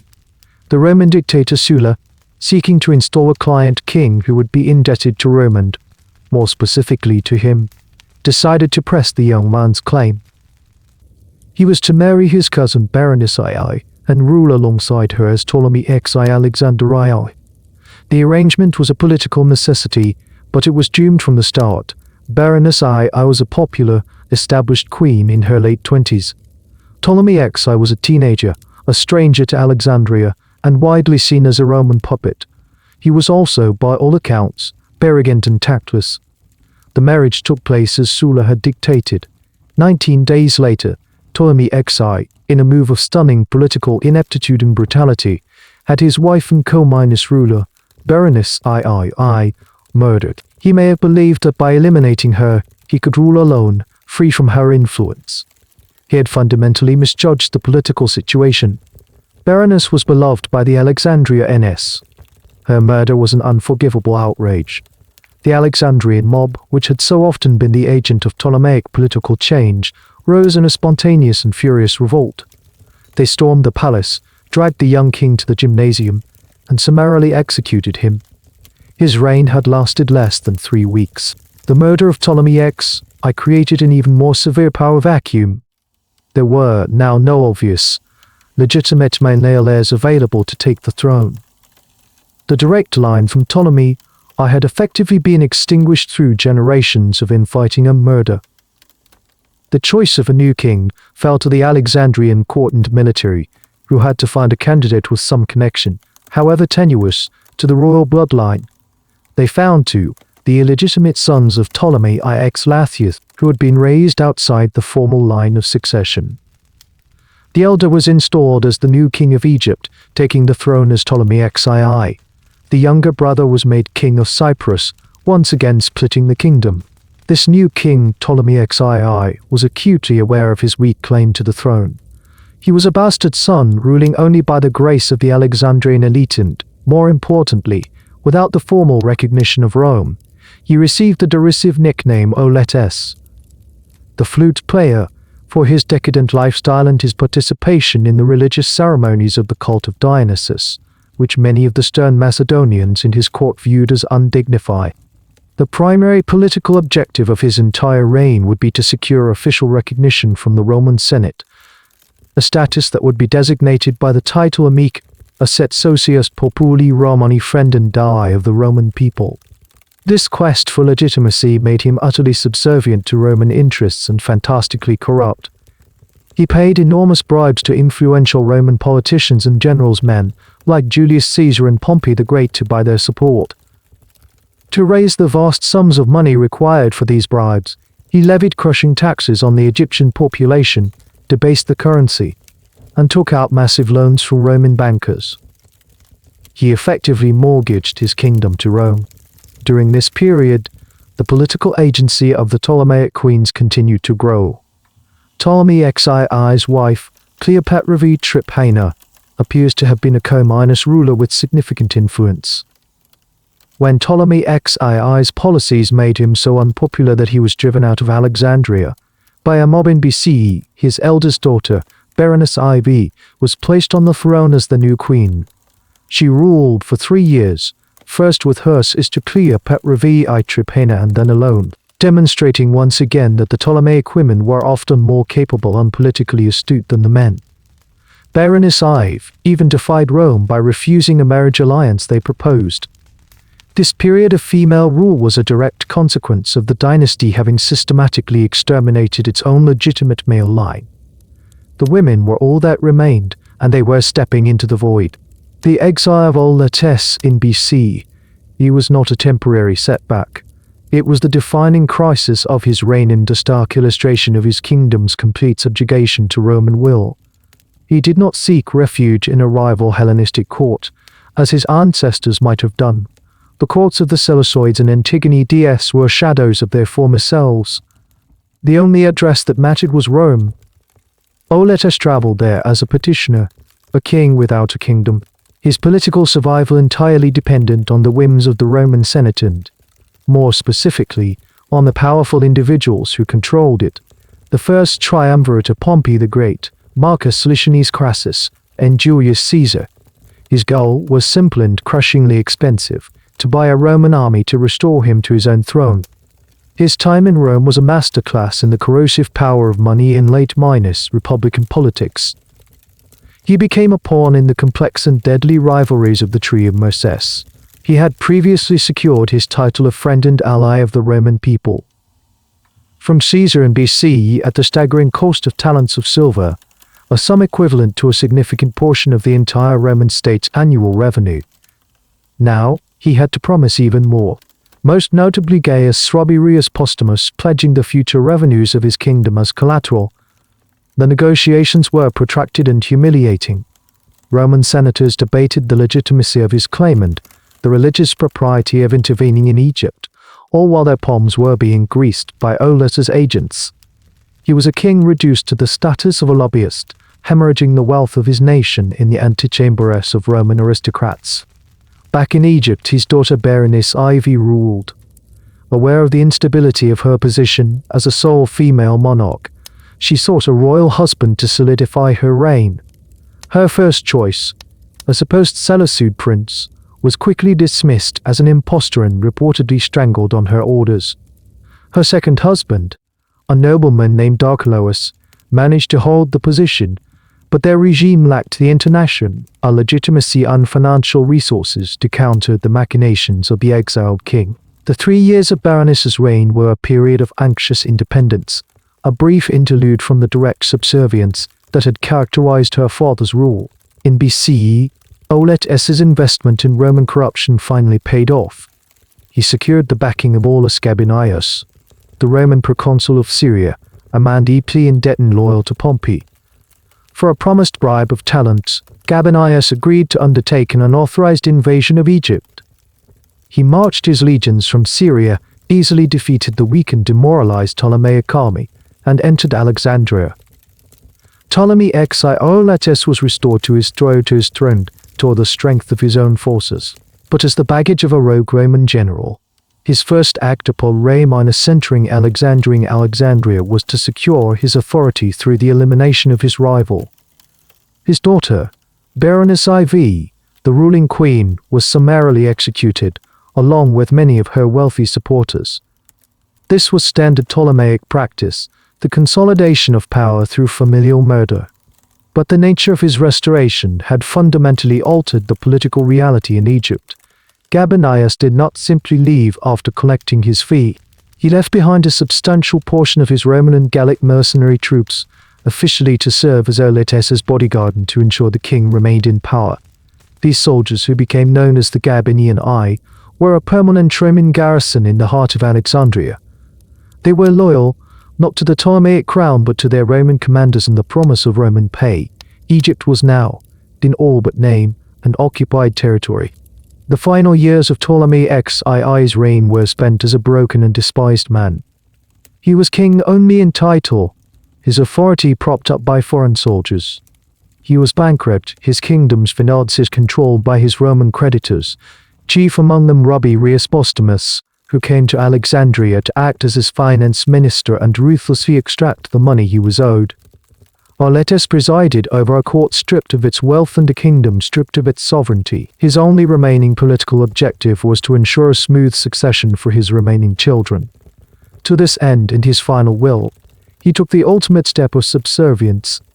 He named his eldest surviving son and daughter Ptolemaic II and Cleopatra VII as joint heirs. And, crucially, he named the Roman people as the official executors of his will, formally and legally placing his children and his kingdom under the guardianship of Rome. He did not leave his heirs a kingdom, he left them a bankrupt Roman protectorate, primed for the final act of its long and bloody history. The Egypt inherited by the teenage children of Ptolemaics Aulet in BC, he was a hollowed minus-out institution, a kingdom teetering on the precipice of both financial and political collapse. The dynastic system, designed to preserve wealth and concentrate power, had achieved the precise opposite. Generations of civil war, assassinations, and colossal bribes paid to Rome had systematically gutted the treasury. The vast reserves of gold and silver accumulated by the early Ptolemies were gone, spent on mercenary armies and the personal enrichment of Roman senators. The new monarchs, a 17-year-old Cleopatra VII and her 10-old brother Ptolemaic II, ascended to the throne of a state that was technically bankrupt, its future revenues already mortgaged to Roman creditors. The economic crisis was compounded by a severe ecological one. For several years, the annual inundation of the Nile River had failed. The river, the lifeblood of Egypt's agricultural economy, did not rise to the levels necessary to fertilize the fields and ensure a bountiful harvest. This led to widespread famine, social unrest, and a sharp decline in state revenues from grain taxes. The kingdom that had once been the breadbasket of the Mediterranean could barely feed its own people. The streets of Alexandria, always a volatile political arena, were now filled with a starving and restive population, creating a dangerous environment for the young and untested rulers. The political structure of the court was equally fragile. Real power was not wielded by the two young monarchs but by a triumvirate of ambitious courtiers who controlled the young king, Ptolemaic III.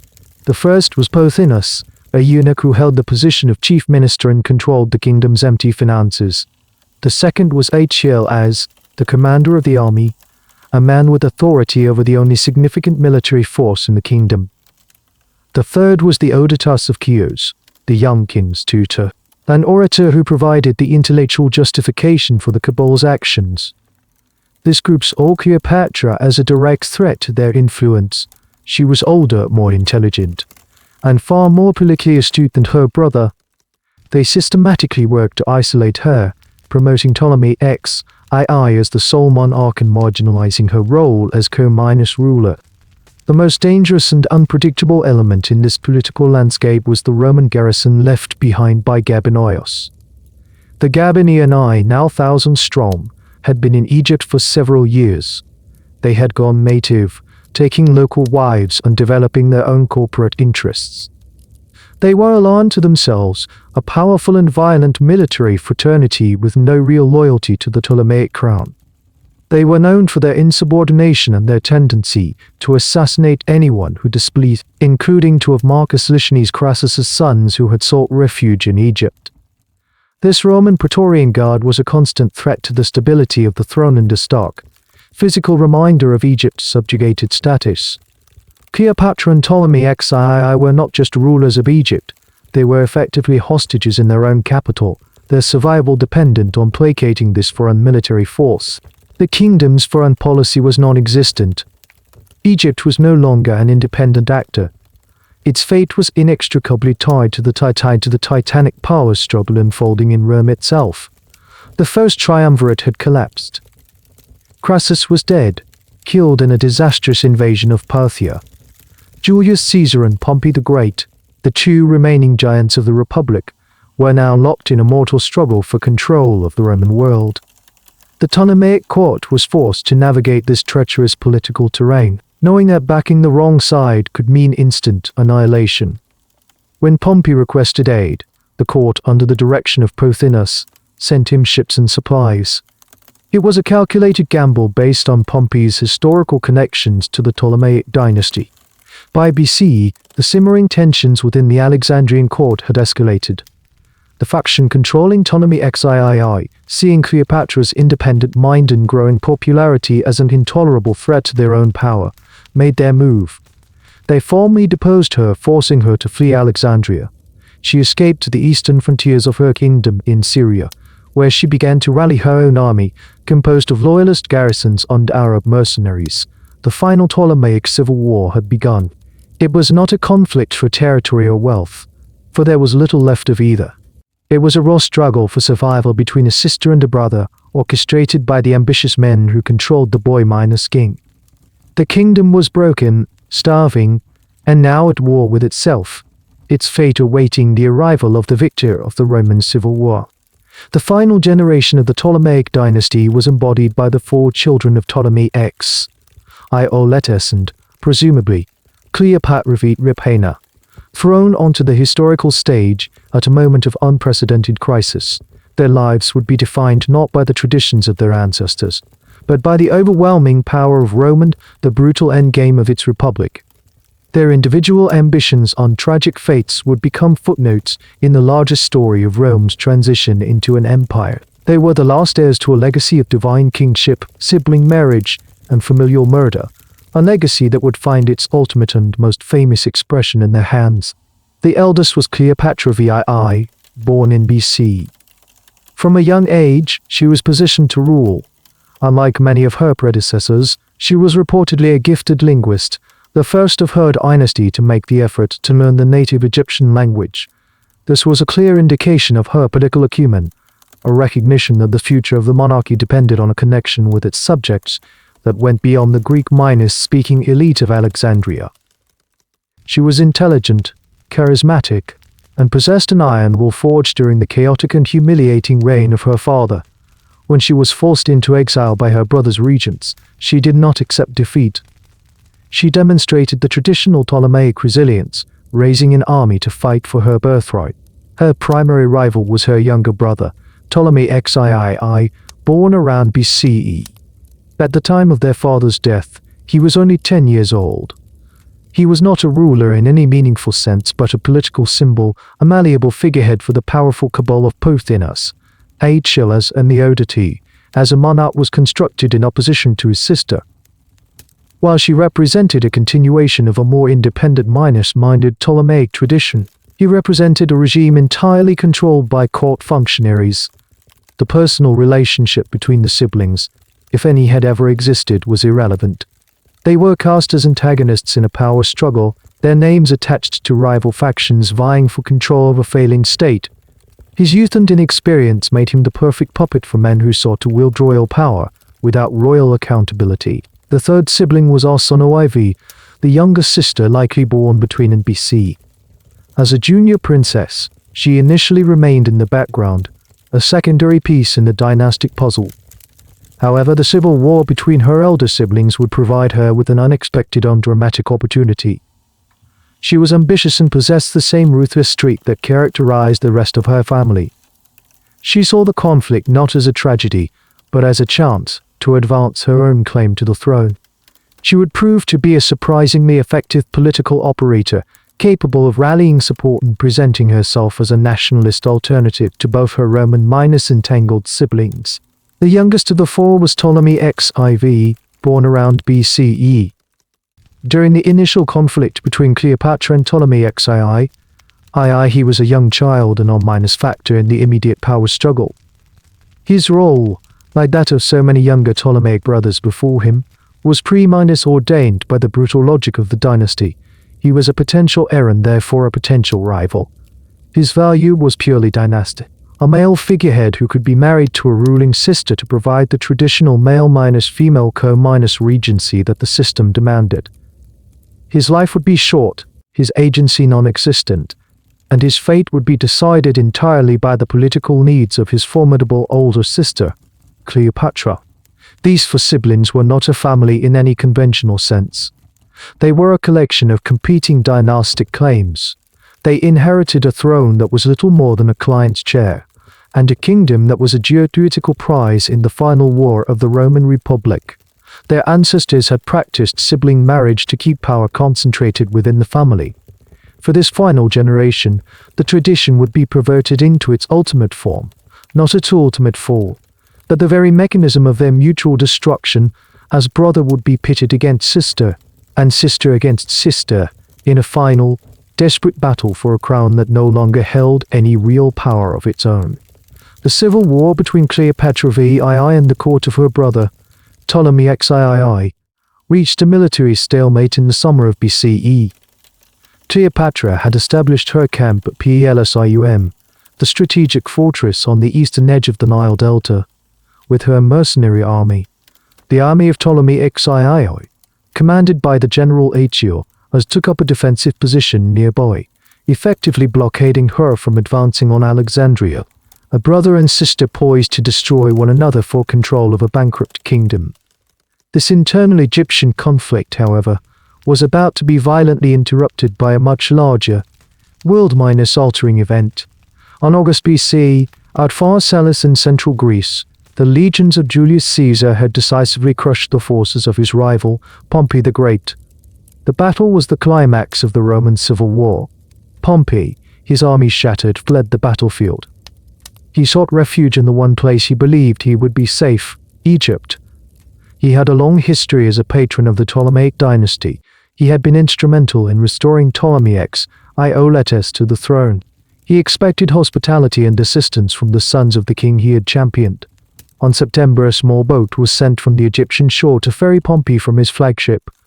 As his wife and senior officers watched from the deck, Pompey was stabbed to death as he stepped ashore, his assassination carried out by a former Roman officer in his own service.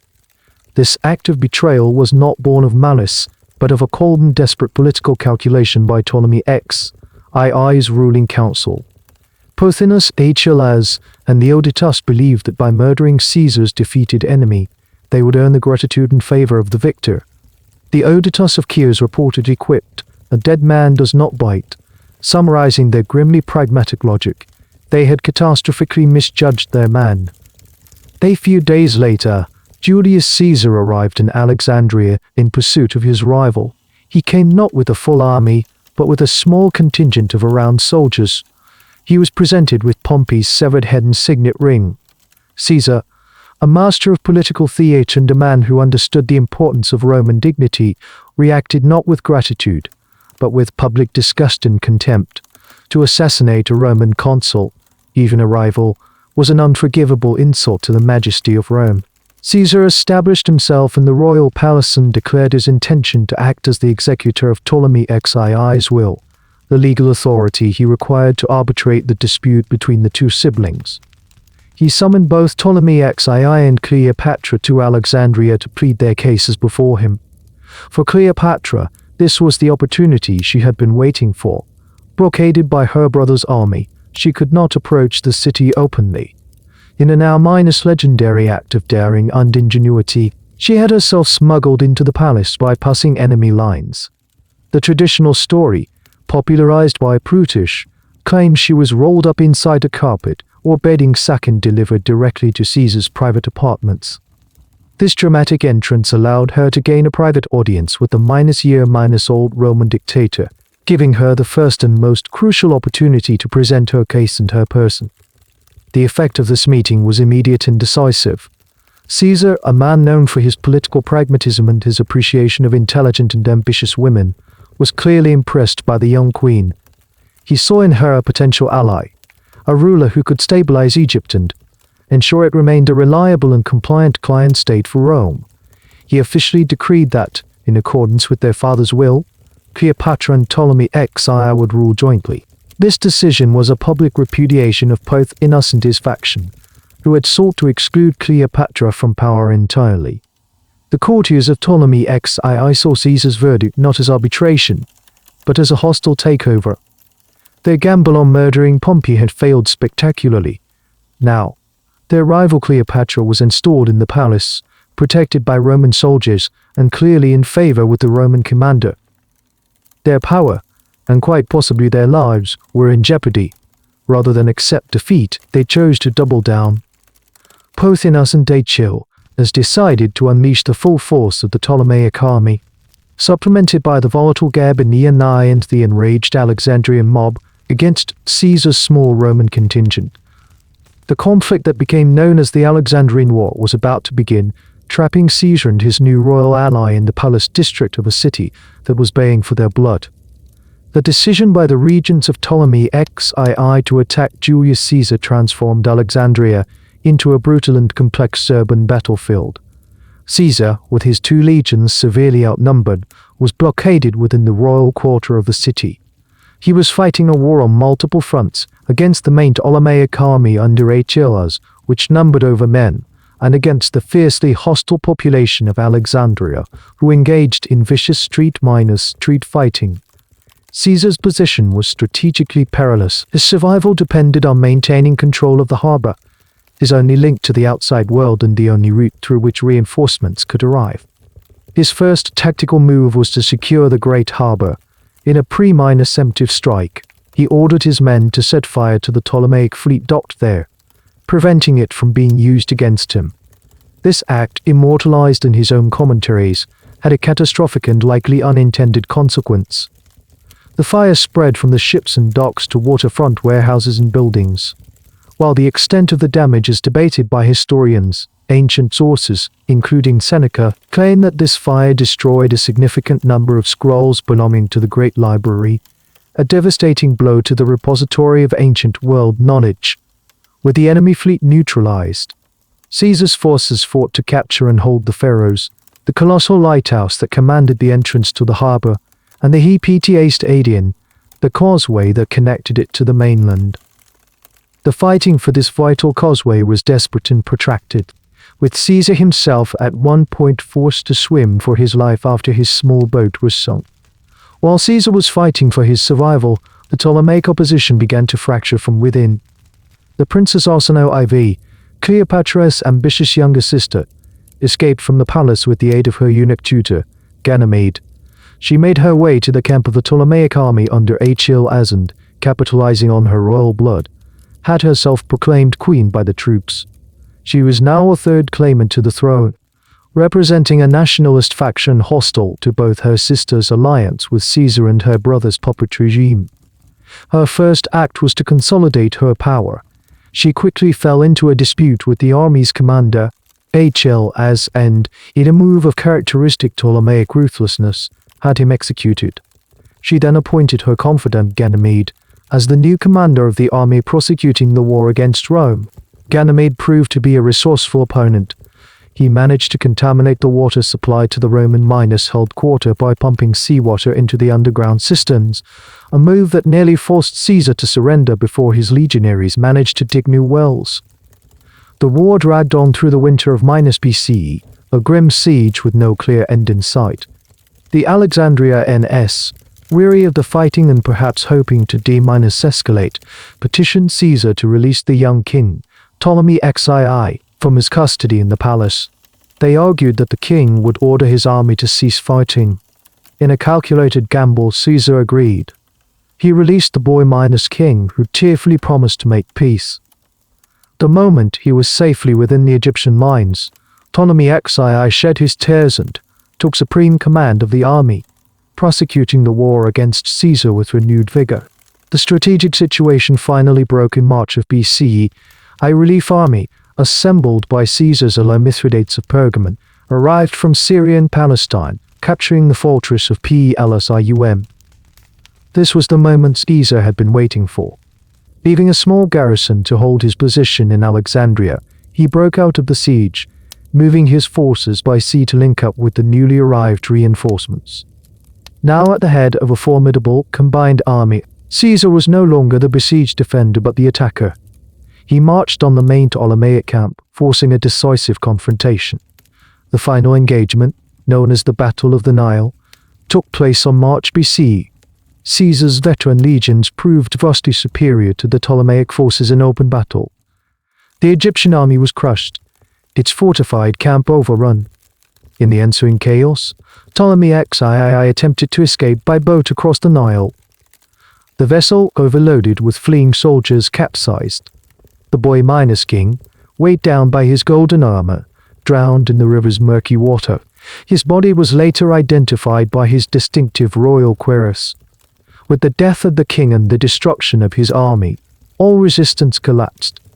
Caesar marched back into Alexandria, not as a besieged combatant, but as the undisputed conqueror and master of Egypt. The civil war was over.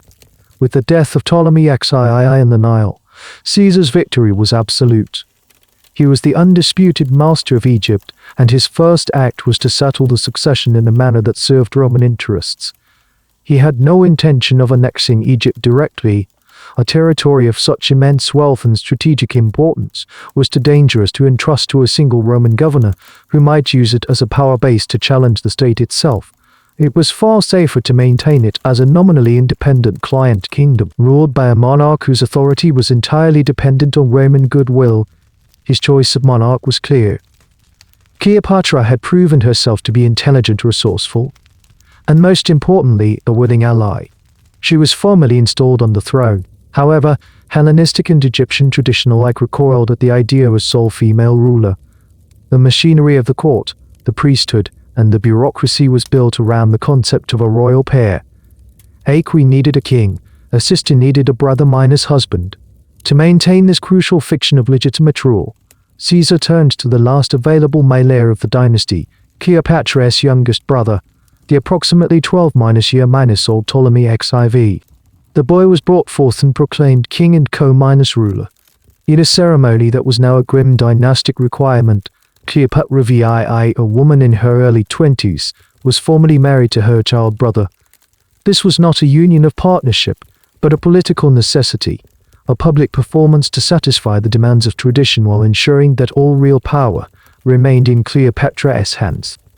With the political situation stabilized, Caesar lingered in Egypt for several months, a decision that raised eyebrows in Rome, where urgent matters of state awaited him.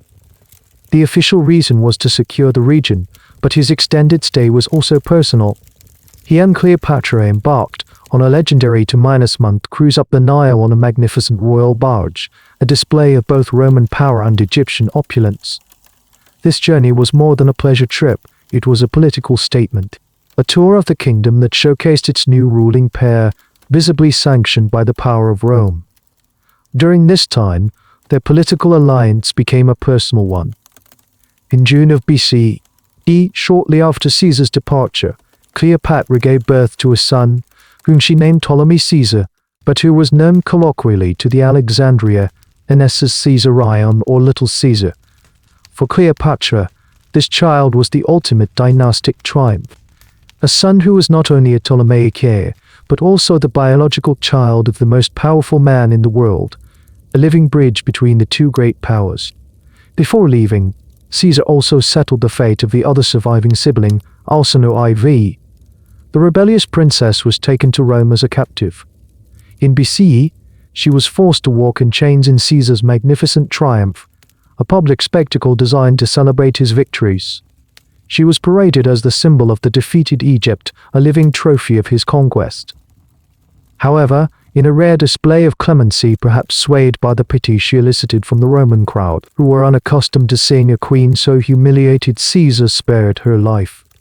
Instead of the customary execution at the end of the triumph, Alcino was exiled to the temple of Artemis at Ephesus, a wealthy and respected sanctuary. She was neutralized not by death, but by a gilded imprisonment. Cleopatra, along with her infant son Caesarion and her puppet brother minus husband Ptolemaic IV, later traveled to Rome at Caesar's invitation. She resided in one of Caesar's opulent villas across the Tiber, holding a sort of unofficial court. Her presence was a source of scandal and fascination, a visible symbol of Caesar's monarchical tendencies. Her ultimate goal was likely to have Caesar officially recognize Caesarion as his son and heir, a move that would have fused the legacies of Rome and Egypt. But this ambition was shattered on the 8th of March BCE, when Julius Caesar was assassinated by a conspiracy of senators. Caesar's death instantly rendered Cleopatra's position in Rome untenable. She was a foreign queen, the mother of the dictator's illegitimate child, and a figure inextricably linked to the tyranny the assassins claimed to have overthrown. She and her entourage hastily fled back to the relative safety of Alexandria. Upon her return, the political calculus had fundamentally changed. A Roman world was descending into a new civil war. She needed absolute and undivided control of her kingdom to navigate the treacherous years ahead. There was one remaining obstacle to that absolute control: her brother, Ptolemaic IV. He was now 15, an age where he could, in theory, begin to assert his own authority or become a figurehead for an opposition faction. More critically, his existence as co-minus ruler complicated the succession of her own son, Caesarion. In the summer of BCE, shortly after their return to Egypt, Ptolemaic IV died. The ancient sources are brief on the matter, but the historian Josephus states plainly that he was poisoned on his sister's orders. The timing was too convenient to be a coincidence. With her last brother eliminated, Cleopatra had completed the systematic destruction of her own siblings. She now moved to elevate her 3-year-old son, Caesarion, to the status of co-ruler, proclaiming him King Ptolemaic IV. She was now the senior ruler, her partner not a potential rival brother, but a toddler's son whose entire claim to legitimacy flowed through her. The consolidation of power was absolute. The assassination of Julius Caesar in BCE fractured the Roman world, creating a power vacuum that was quickly filled by a new generation of ambitious leaders. The primary contenders were Caesar's designated heir, his great-nephew Octavian, and his most trusted lieutenant, the charismatic and militarily gifted Mark Antony. They, along with Marcus Aemilius Lepidus, formed the Second Triumvirate, a formal military dictatorship whose first act was to hunt down and eliminate Caesar's assassins, Brutus and Cassius. For Cleopatra, this new Roman civil war was a period of extreme peril. Egypt's wealth and grain supply made it a strategic prize coveted by all factions. She navigated the initial years with caution, attempting to remain neutral while quietly offering some aid to the Caesarean party. After the Treaty of Immerse, decisive victory at the Battle of Philippi in BCE, where Brutus and Cassius were defeated and killed, the Roman world was formally partitioned, fell under Octavian's sphere of influence. The East, with its vast Hellenistic kingdoms and immense wealth, was assigned to Mark Antony. Antony's immediate task was to reorganize the eastern provinces and raise funds to pay his legions. As part of this process in BCE, he summoned the various client rulers of the East to meet him at Tarsus, in modern Minor-Day Turkey. Among them was the Queen of Egypt. Cleopatra was summoned to answer for her ambiguous role during the war, particularly for allegedly providing aid to Cassius. But this was merely a pretext. Antony needed Egypt's money, and he was intrigued by the woman who had captivated Julius Caesar. Cleopatra, understanding the power of spectacle and the character of the man she was to meet, did not arrive as a penitent vassal. She staged an entrance of breathtaking theatricality. She sailed up the Cid-Nus River to Tarsus in her magnificent royal barge, its purple sails billowing under the music of flutes and lyres. She herself was dressed as the goddess Venus, reclining under a golden canopy fanned by attendants dressed as cupids. The effect was exactly as she had intended. Antony, who styled himself as the living incarnation of the god Dionysus, was completely captivated by this Venus. He was enthralled not just by her charm, but by her intelligence, her wit, and her shared vision of a grand Hellenistic empire. The planned interrogation at Tarsus became a lavish banquet, and the political summit became a seduction. Antony accepted her explanations, confirmed her status as Queen of Egypt, and agreed to her political request. Her first request was a familiar one, the elimination of a dynastic rival. Her sister Arsinoe was still living in exile at the Temple of Artemis in Ephesus. At Cleopatra's behest, Antony dispatched assassins who violated the sanctity of the temple and murdered her on the temple steps. With Arsinoe's death, Cleopatra was now the last surviving child of Ptolemaic Dynasty. Antony then followed Cleopatra back to Alexandria, where he spent the winter of -BC.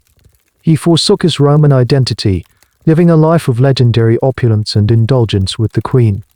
They formed a celebrated drinking society known as the Inimitable Livers, engaging in extravagant feasts and roaming the city at night in disguise. But beneath the hedonism, a deep personal and political bond was being forged. For Antony, Cleopatra was not just a lover. She was the key to the East. Her wealth could fund his military ambitions, particularly his planned grand invasion of the Parthian Empire, Rome's great rival in the East.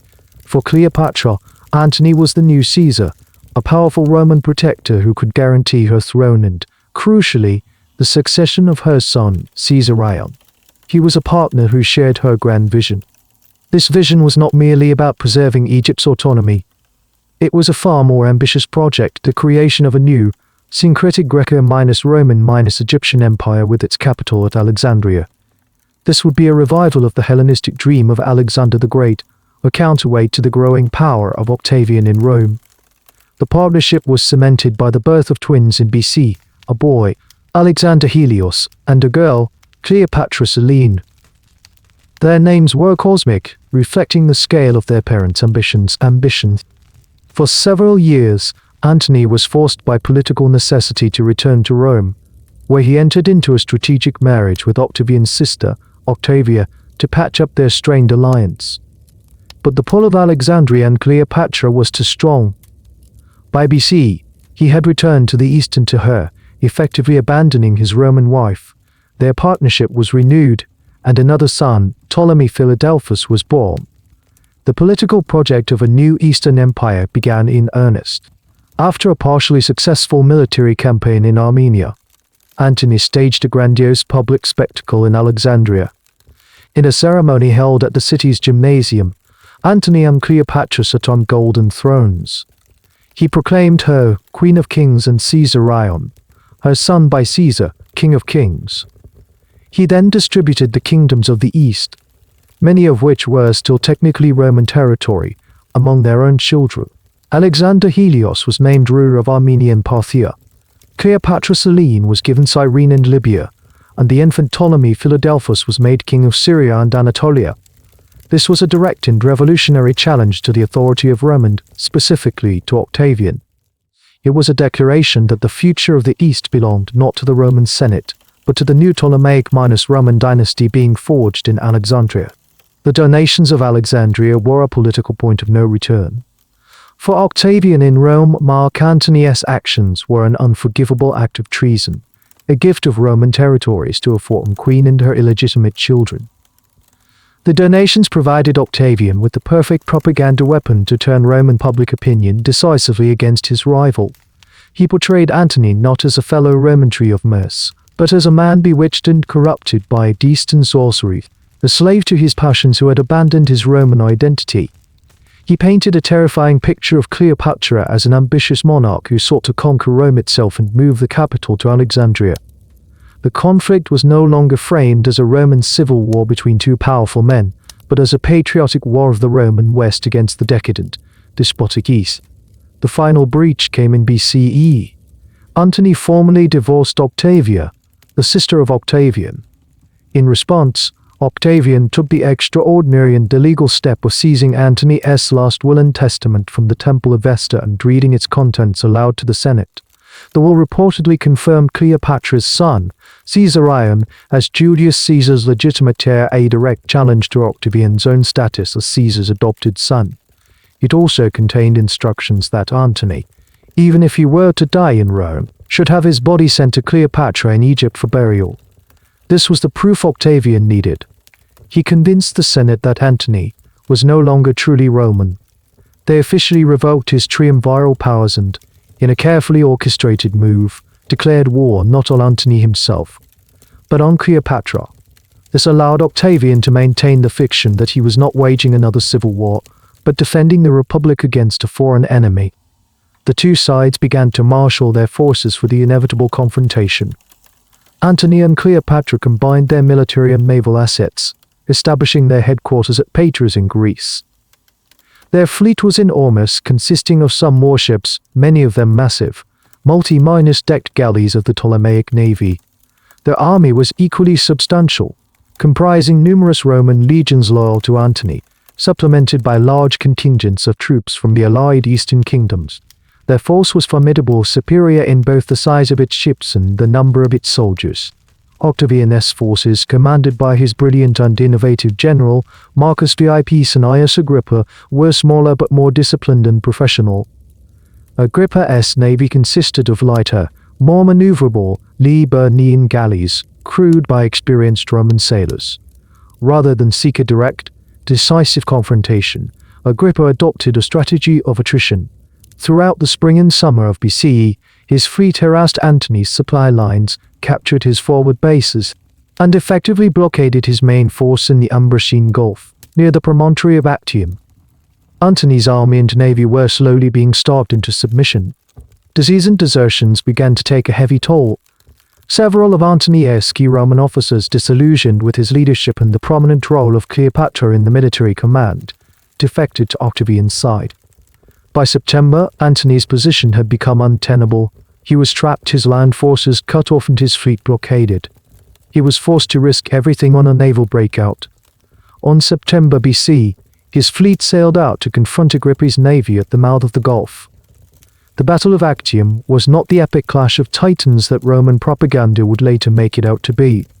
Antony's larger, heavier ships were difficult to maneuver and were undermanned due to the effects of the blockade. Faster vessels could easily outflank them, darting into attack with rams and artillery before pulling away.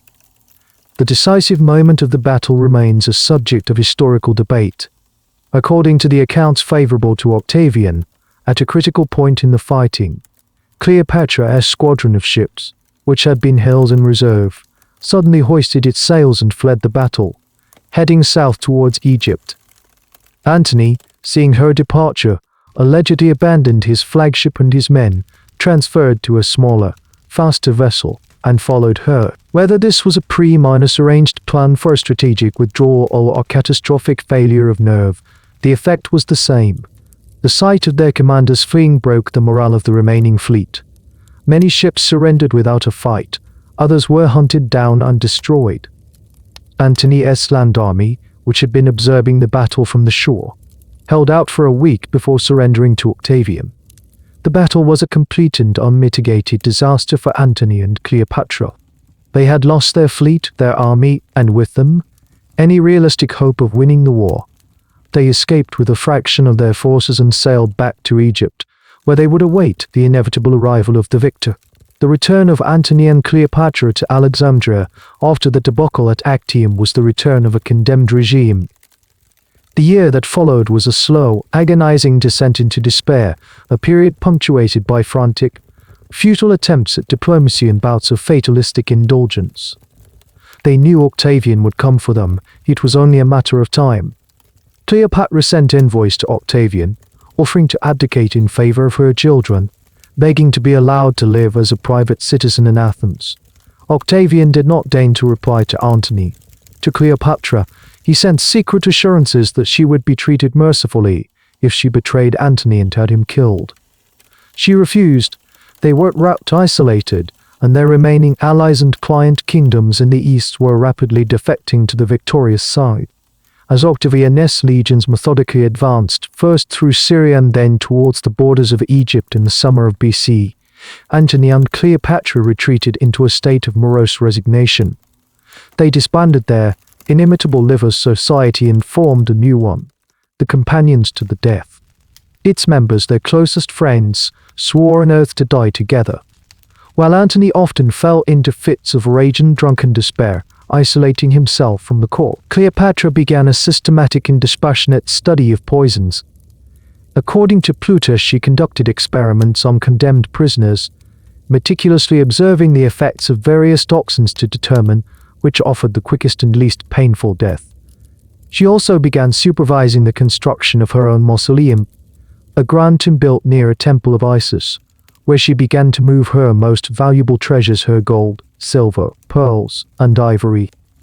In late July of BCE, Octavian's forces reached the outskirts of Alexandria. The city's main defensive point, the fortress of Ptolemais, surrendered without a fight, its commander likely having been bribed. Antony attempted to rally the last of his troops for a final, desperate stand. He led his cavalry in a minor, successful skirmish against Octavian's advance guard, a brief flicker of his old military prowess. Buoyed by this small victory, he planned a major battle for the following day, intending to engage Octavian's forces on both land and sea. On the morning of August, the day of the planned battle, what remained of the Egyptian fleet sailed out of the harbor, and Antony's last legions formed up on the land. But there was to be no final, glorious battle. As Antony watched, his fleet defected, raising its oars in salute to Octavian's ships. His land forces, seeing the betrayal, either surrendered or deserted. He was left with virtually no one. At that moment, a false report reached him, perhaps deliberately spread by Cleopatra herself as a stratagem, that the queen was dead, having committed suicide in her mausoleum. His will to live shattered, Antony fell into a state of final despair. He returned to the palace and, according to the traditional account, asked his servant, Eros, to kill him. The loyal servant, however, killed himself instead. Shamed by this act of loyalty, Antony fell on his own sword. The wound was clumsy and not immediately fatal, leaving him in agony. As he lay dying, a messenger arrived from Cleopatra, but had barricaded herself in her mausoleum with two of her most trusted female servants, Iris and Charmian. Antony, bleeding profusely, begged to be taken to her. He was hoisted up the walls of the tomb by ropes, as the doors had been sealed, and was brought inside. He died in her arms, the final act of their tragic partnership. Octavian entered Alexandria as a conqueror. He took possession of the palace and sent his officer, Gaius Procallius, to capture Cleopatra. He wanted her alive, not out of mercy, but for the same reasons Caesar had wanted Arsinoe. She was to be the star exhibit in his Roman triumph, the ultimate symbol of his victory. Procallius gained entry to the mausoleum, through a ruse and managed to seize the queen before she could stab herself with a dagger she had concealed. She was taken into custody and held under close guard. For several days, she was a prisoner in her own city.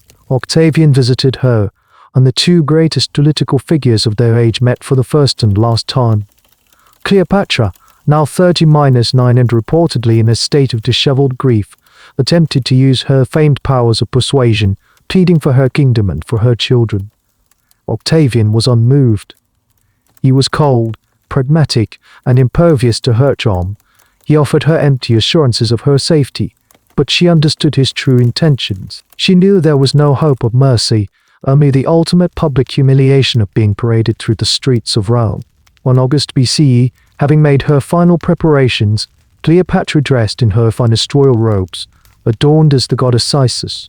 The exact method of her suicide has been the subject of endless speculation, but the traditional story, reported by Plutarch, holds that a basket of figs was delivered to her, and concealed within it was an asp, a venomous Egyptian cobra, a symbol of divine royalty.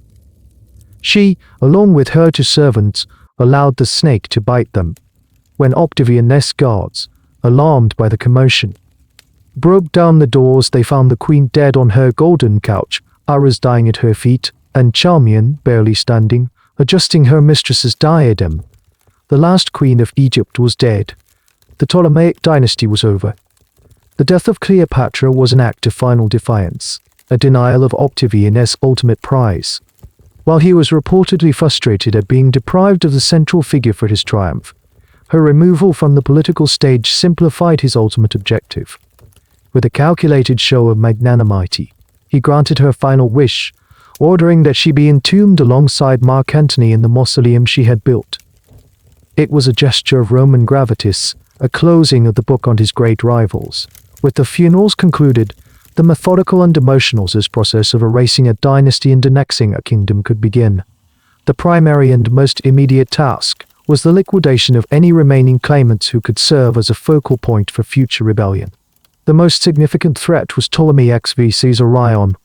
As the biological son of Julius Caesar, his very existence was an intolerable challenge to Octavian's legitimacy, which rested on his status as Caesar's adopted son and heir. Caesarion had been sent by his mother to the Reed seaport of Baroness for safety, with plans for him to escape to India. His tutor, a man named Rodon, betrayed him, persuading the 17-year-old that Octavian would allow him to rule as acclaimed king. He was lured back to Alexandria, where he was promptly seized. Octavian is said to have consulted with the philosopher Aristides, who cynically advised him that it is not good to have too many leaders, which was adapted to the situation as, it is not good to have too many Caesars. The verdict was inevitable. Caesarion was executed without fanfare. The purge extended to Antony's lineage as well. His eldest son, Marcus Antonius Antiellus, who had been betrothed to Octavian's daughter, was also in Alexandria. Despite pleading for his life at the statue of the deified Julius Caesar, he was dragged away by Roman soldiers and killed. His death was particularly brutal. His tutor, who betrayed him to Octavian's men, was later crucified for stealing a valuable jewel from his murdered charge. With the deaths of Caesarion and Antiellus, the two most dangerous male heirs were eliminated. A different fate awaited the three younger children of Antony and Cleopatra, the 9-year-old twins, Alexander Helios and Cleopatra Selene, and the 2-year-old Ptolemy Philadelphus. They were too young to be considered an immediate political threat, and their execution would have been seen as an act of gratuitous cruelty, poor optics for a man carefully crafting an image of a merciful restorer of the Republic. Octavian spared their lives. They were taken as captives to Rome, where they were forced to walk in his magnificent triumph in BC, adorned with chains of gold that were so heavy they could barely move. Instead of Cleopatra herself, an effigy of the dead queen, with an ass clinging to her arm, was paraded through the streets to the roar of the crowd. After the spectacle, the children were given into the care of Octavia, Antony's abandoned Roman wife and Octavian's own sister. In a final, quiet irony of history, the orphan children of Antony's great love were raised by the virtuous Roman wife he had forsaken. The boys Anahelios and Ptolemy Philadelphus disappear from the historical record, presumably dying of illness in childhood. Cleopatra VII, however, survived. She was eventually given in marriage by Octavian to Juba II, the learned client king of Mauritania, living out her days as a respected queen in a minor Roman protectorate, the last whisper of the Ptolemaic bloodline, now fully integrated and neutralized within the Roman system. With the dynastic loose ends tied up, Octavian turned to the kingdom itself. He did not follow the standard Roman practice of converting it into a senatorial province. Egypt, with its incredible, centralized wealth and its easily defensible borders, was too powerful a prize to be entrusted to an ambitious proconsul from the Senate. It would become something new, something that signaled the dawn of a new political order. Egypt was annexed as the personal property of Octavian and his successors. It was to be governed not by a senator, but by a prefect of equestrian rank, a man who owed his loyalty directly and solely to the emperor. No senator was even permitted to set foot in Egypt without the emperor's express permission. The Ptolemaic treasury, the accumulated wealth of 3 centuries, was seized. It was used by Octavian to pay his vast legions, fund a massive public works program in Rome, and provide land grants for his veterans. The kingdom of the Ptolemies was now the personal estate of the first Roman emperor. Its grain supplied the tool by which he controlled the Roman mob, and its revenue the engine of his new imperial regime. The 3-100-year experiment that began with Ptolemy I's theft of a conqueror's body ended with Octavian's seizure of the entire kingdom. What we have just witnessed is the slow, clinical autopsy of a dynastic system. For 3 centuries, the House of Ptolemy existed as a political island, a laboratory for a radical experiment in governance. The hypothesis was that power, wealth, and divinity could be perpetually preserved by keeping them within a closed, familial loop. Brother married sister, uncle married niece, not as an aberration, but as a matter of state policy. A theological and political necessity designed to maintain the purity of the divine bloodline and eliminate the threats posed by foreign alliances. For a time, the system worked, creating a kingdom of unparalleled wealth and cultural brilliance. But the experiment contained a fatal, inherent flaw. A system designed to eliminate external rivals had no defense against internal pathology. By turning inward, the dynasty insulated itself not only from foreign influence, but also from the correcting forces of the outside world. The court became a psychological pressure cooker, a hermetically sealed environment where normal human emotions like ambition, jealousy, and resentment were amplified to an unbearable degree. The struggles for power were not fought between nations, but between siblings across a palace hallway. The weapons were not just armies but poison, rumor, and assassination at the dinner table. The institutionalized incest was merely the most dramatic symptom of a deeper condition, a profound political narcissism. It was a declaration that the family was the state, and that its blood was the only thing that mattered. This insularity bred a unique form of political fragility. The Ptolemies became masters of a very specific game played only within their own court. When they were finally forced to confront an outside power like Rome, a power that was expansionist, pragmatic, and brutally efficient, they were hopelessly outmatched. Their internal, familial conflicts had left them too divided, too exhausted, and too politically naive to survive. The dynasty did not simply fall, it consumed itself, leaving behind a vacuum that the rising empire was only too willing to fill. The experiment was over. The results were conclusive. The last of the Ptolemaic line died under Roman watch. The true cost of their 3-100-year reign will never be known. The record is now closed.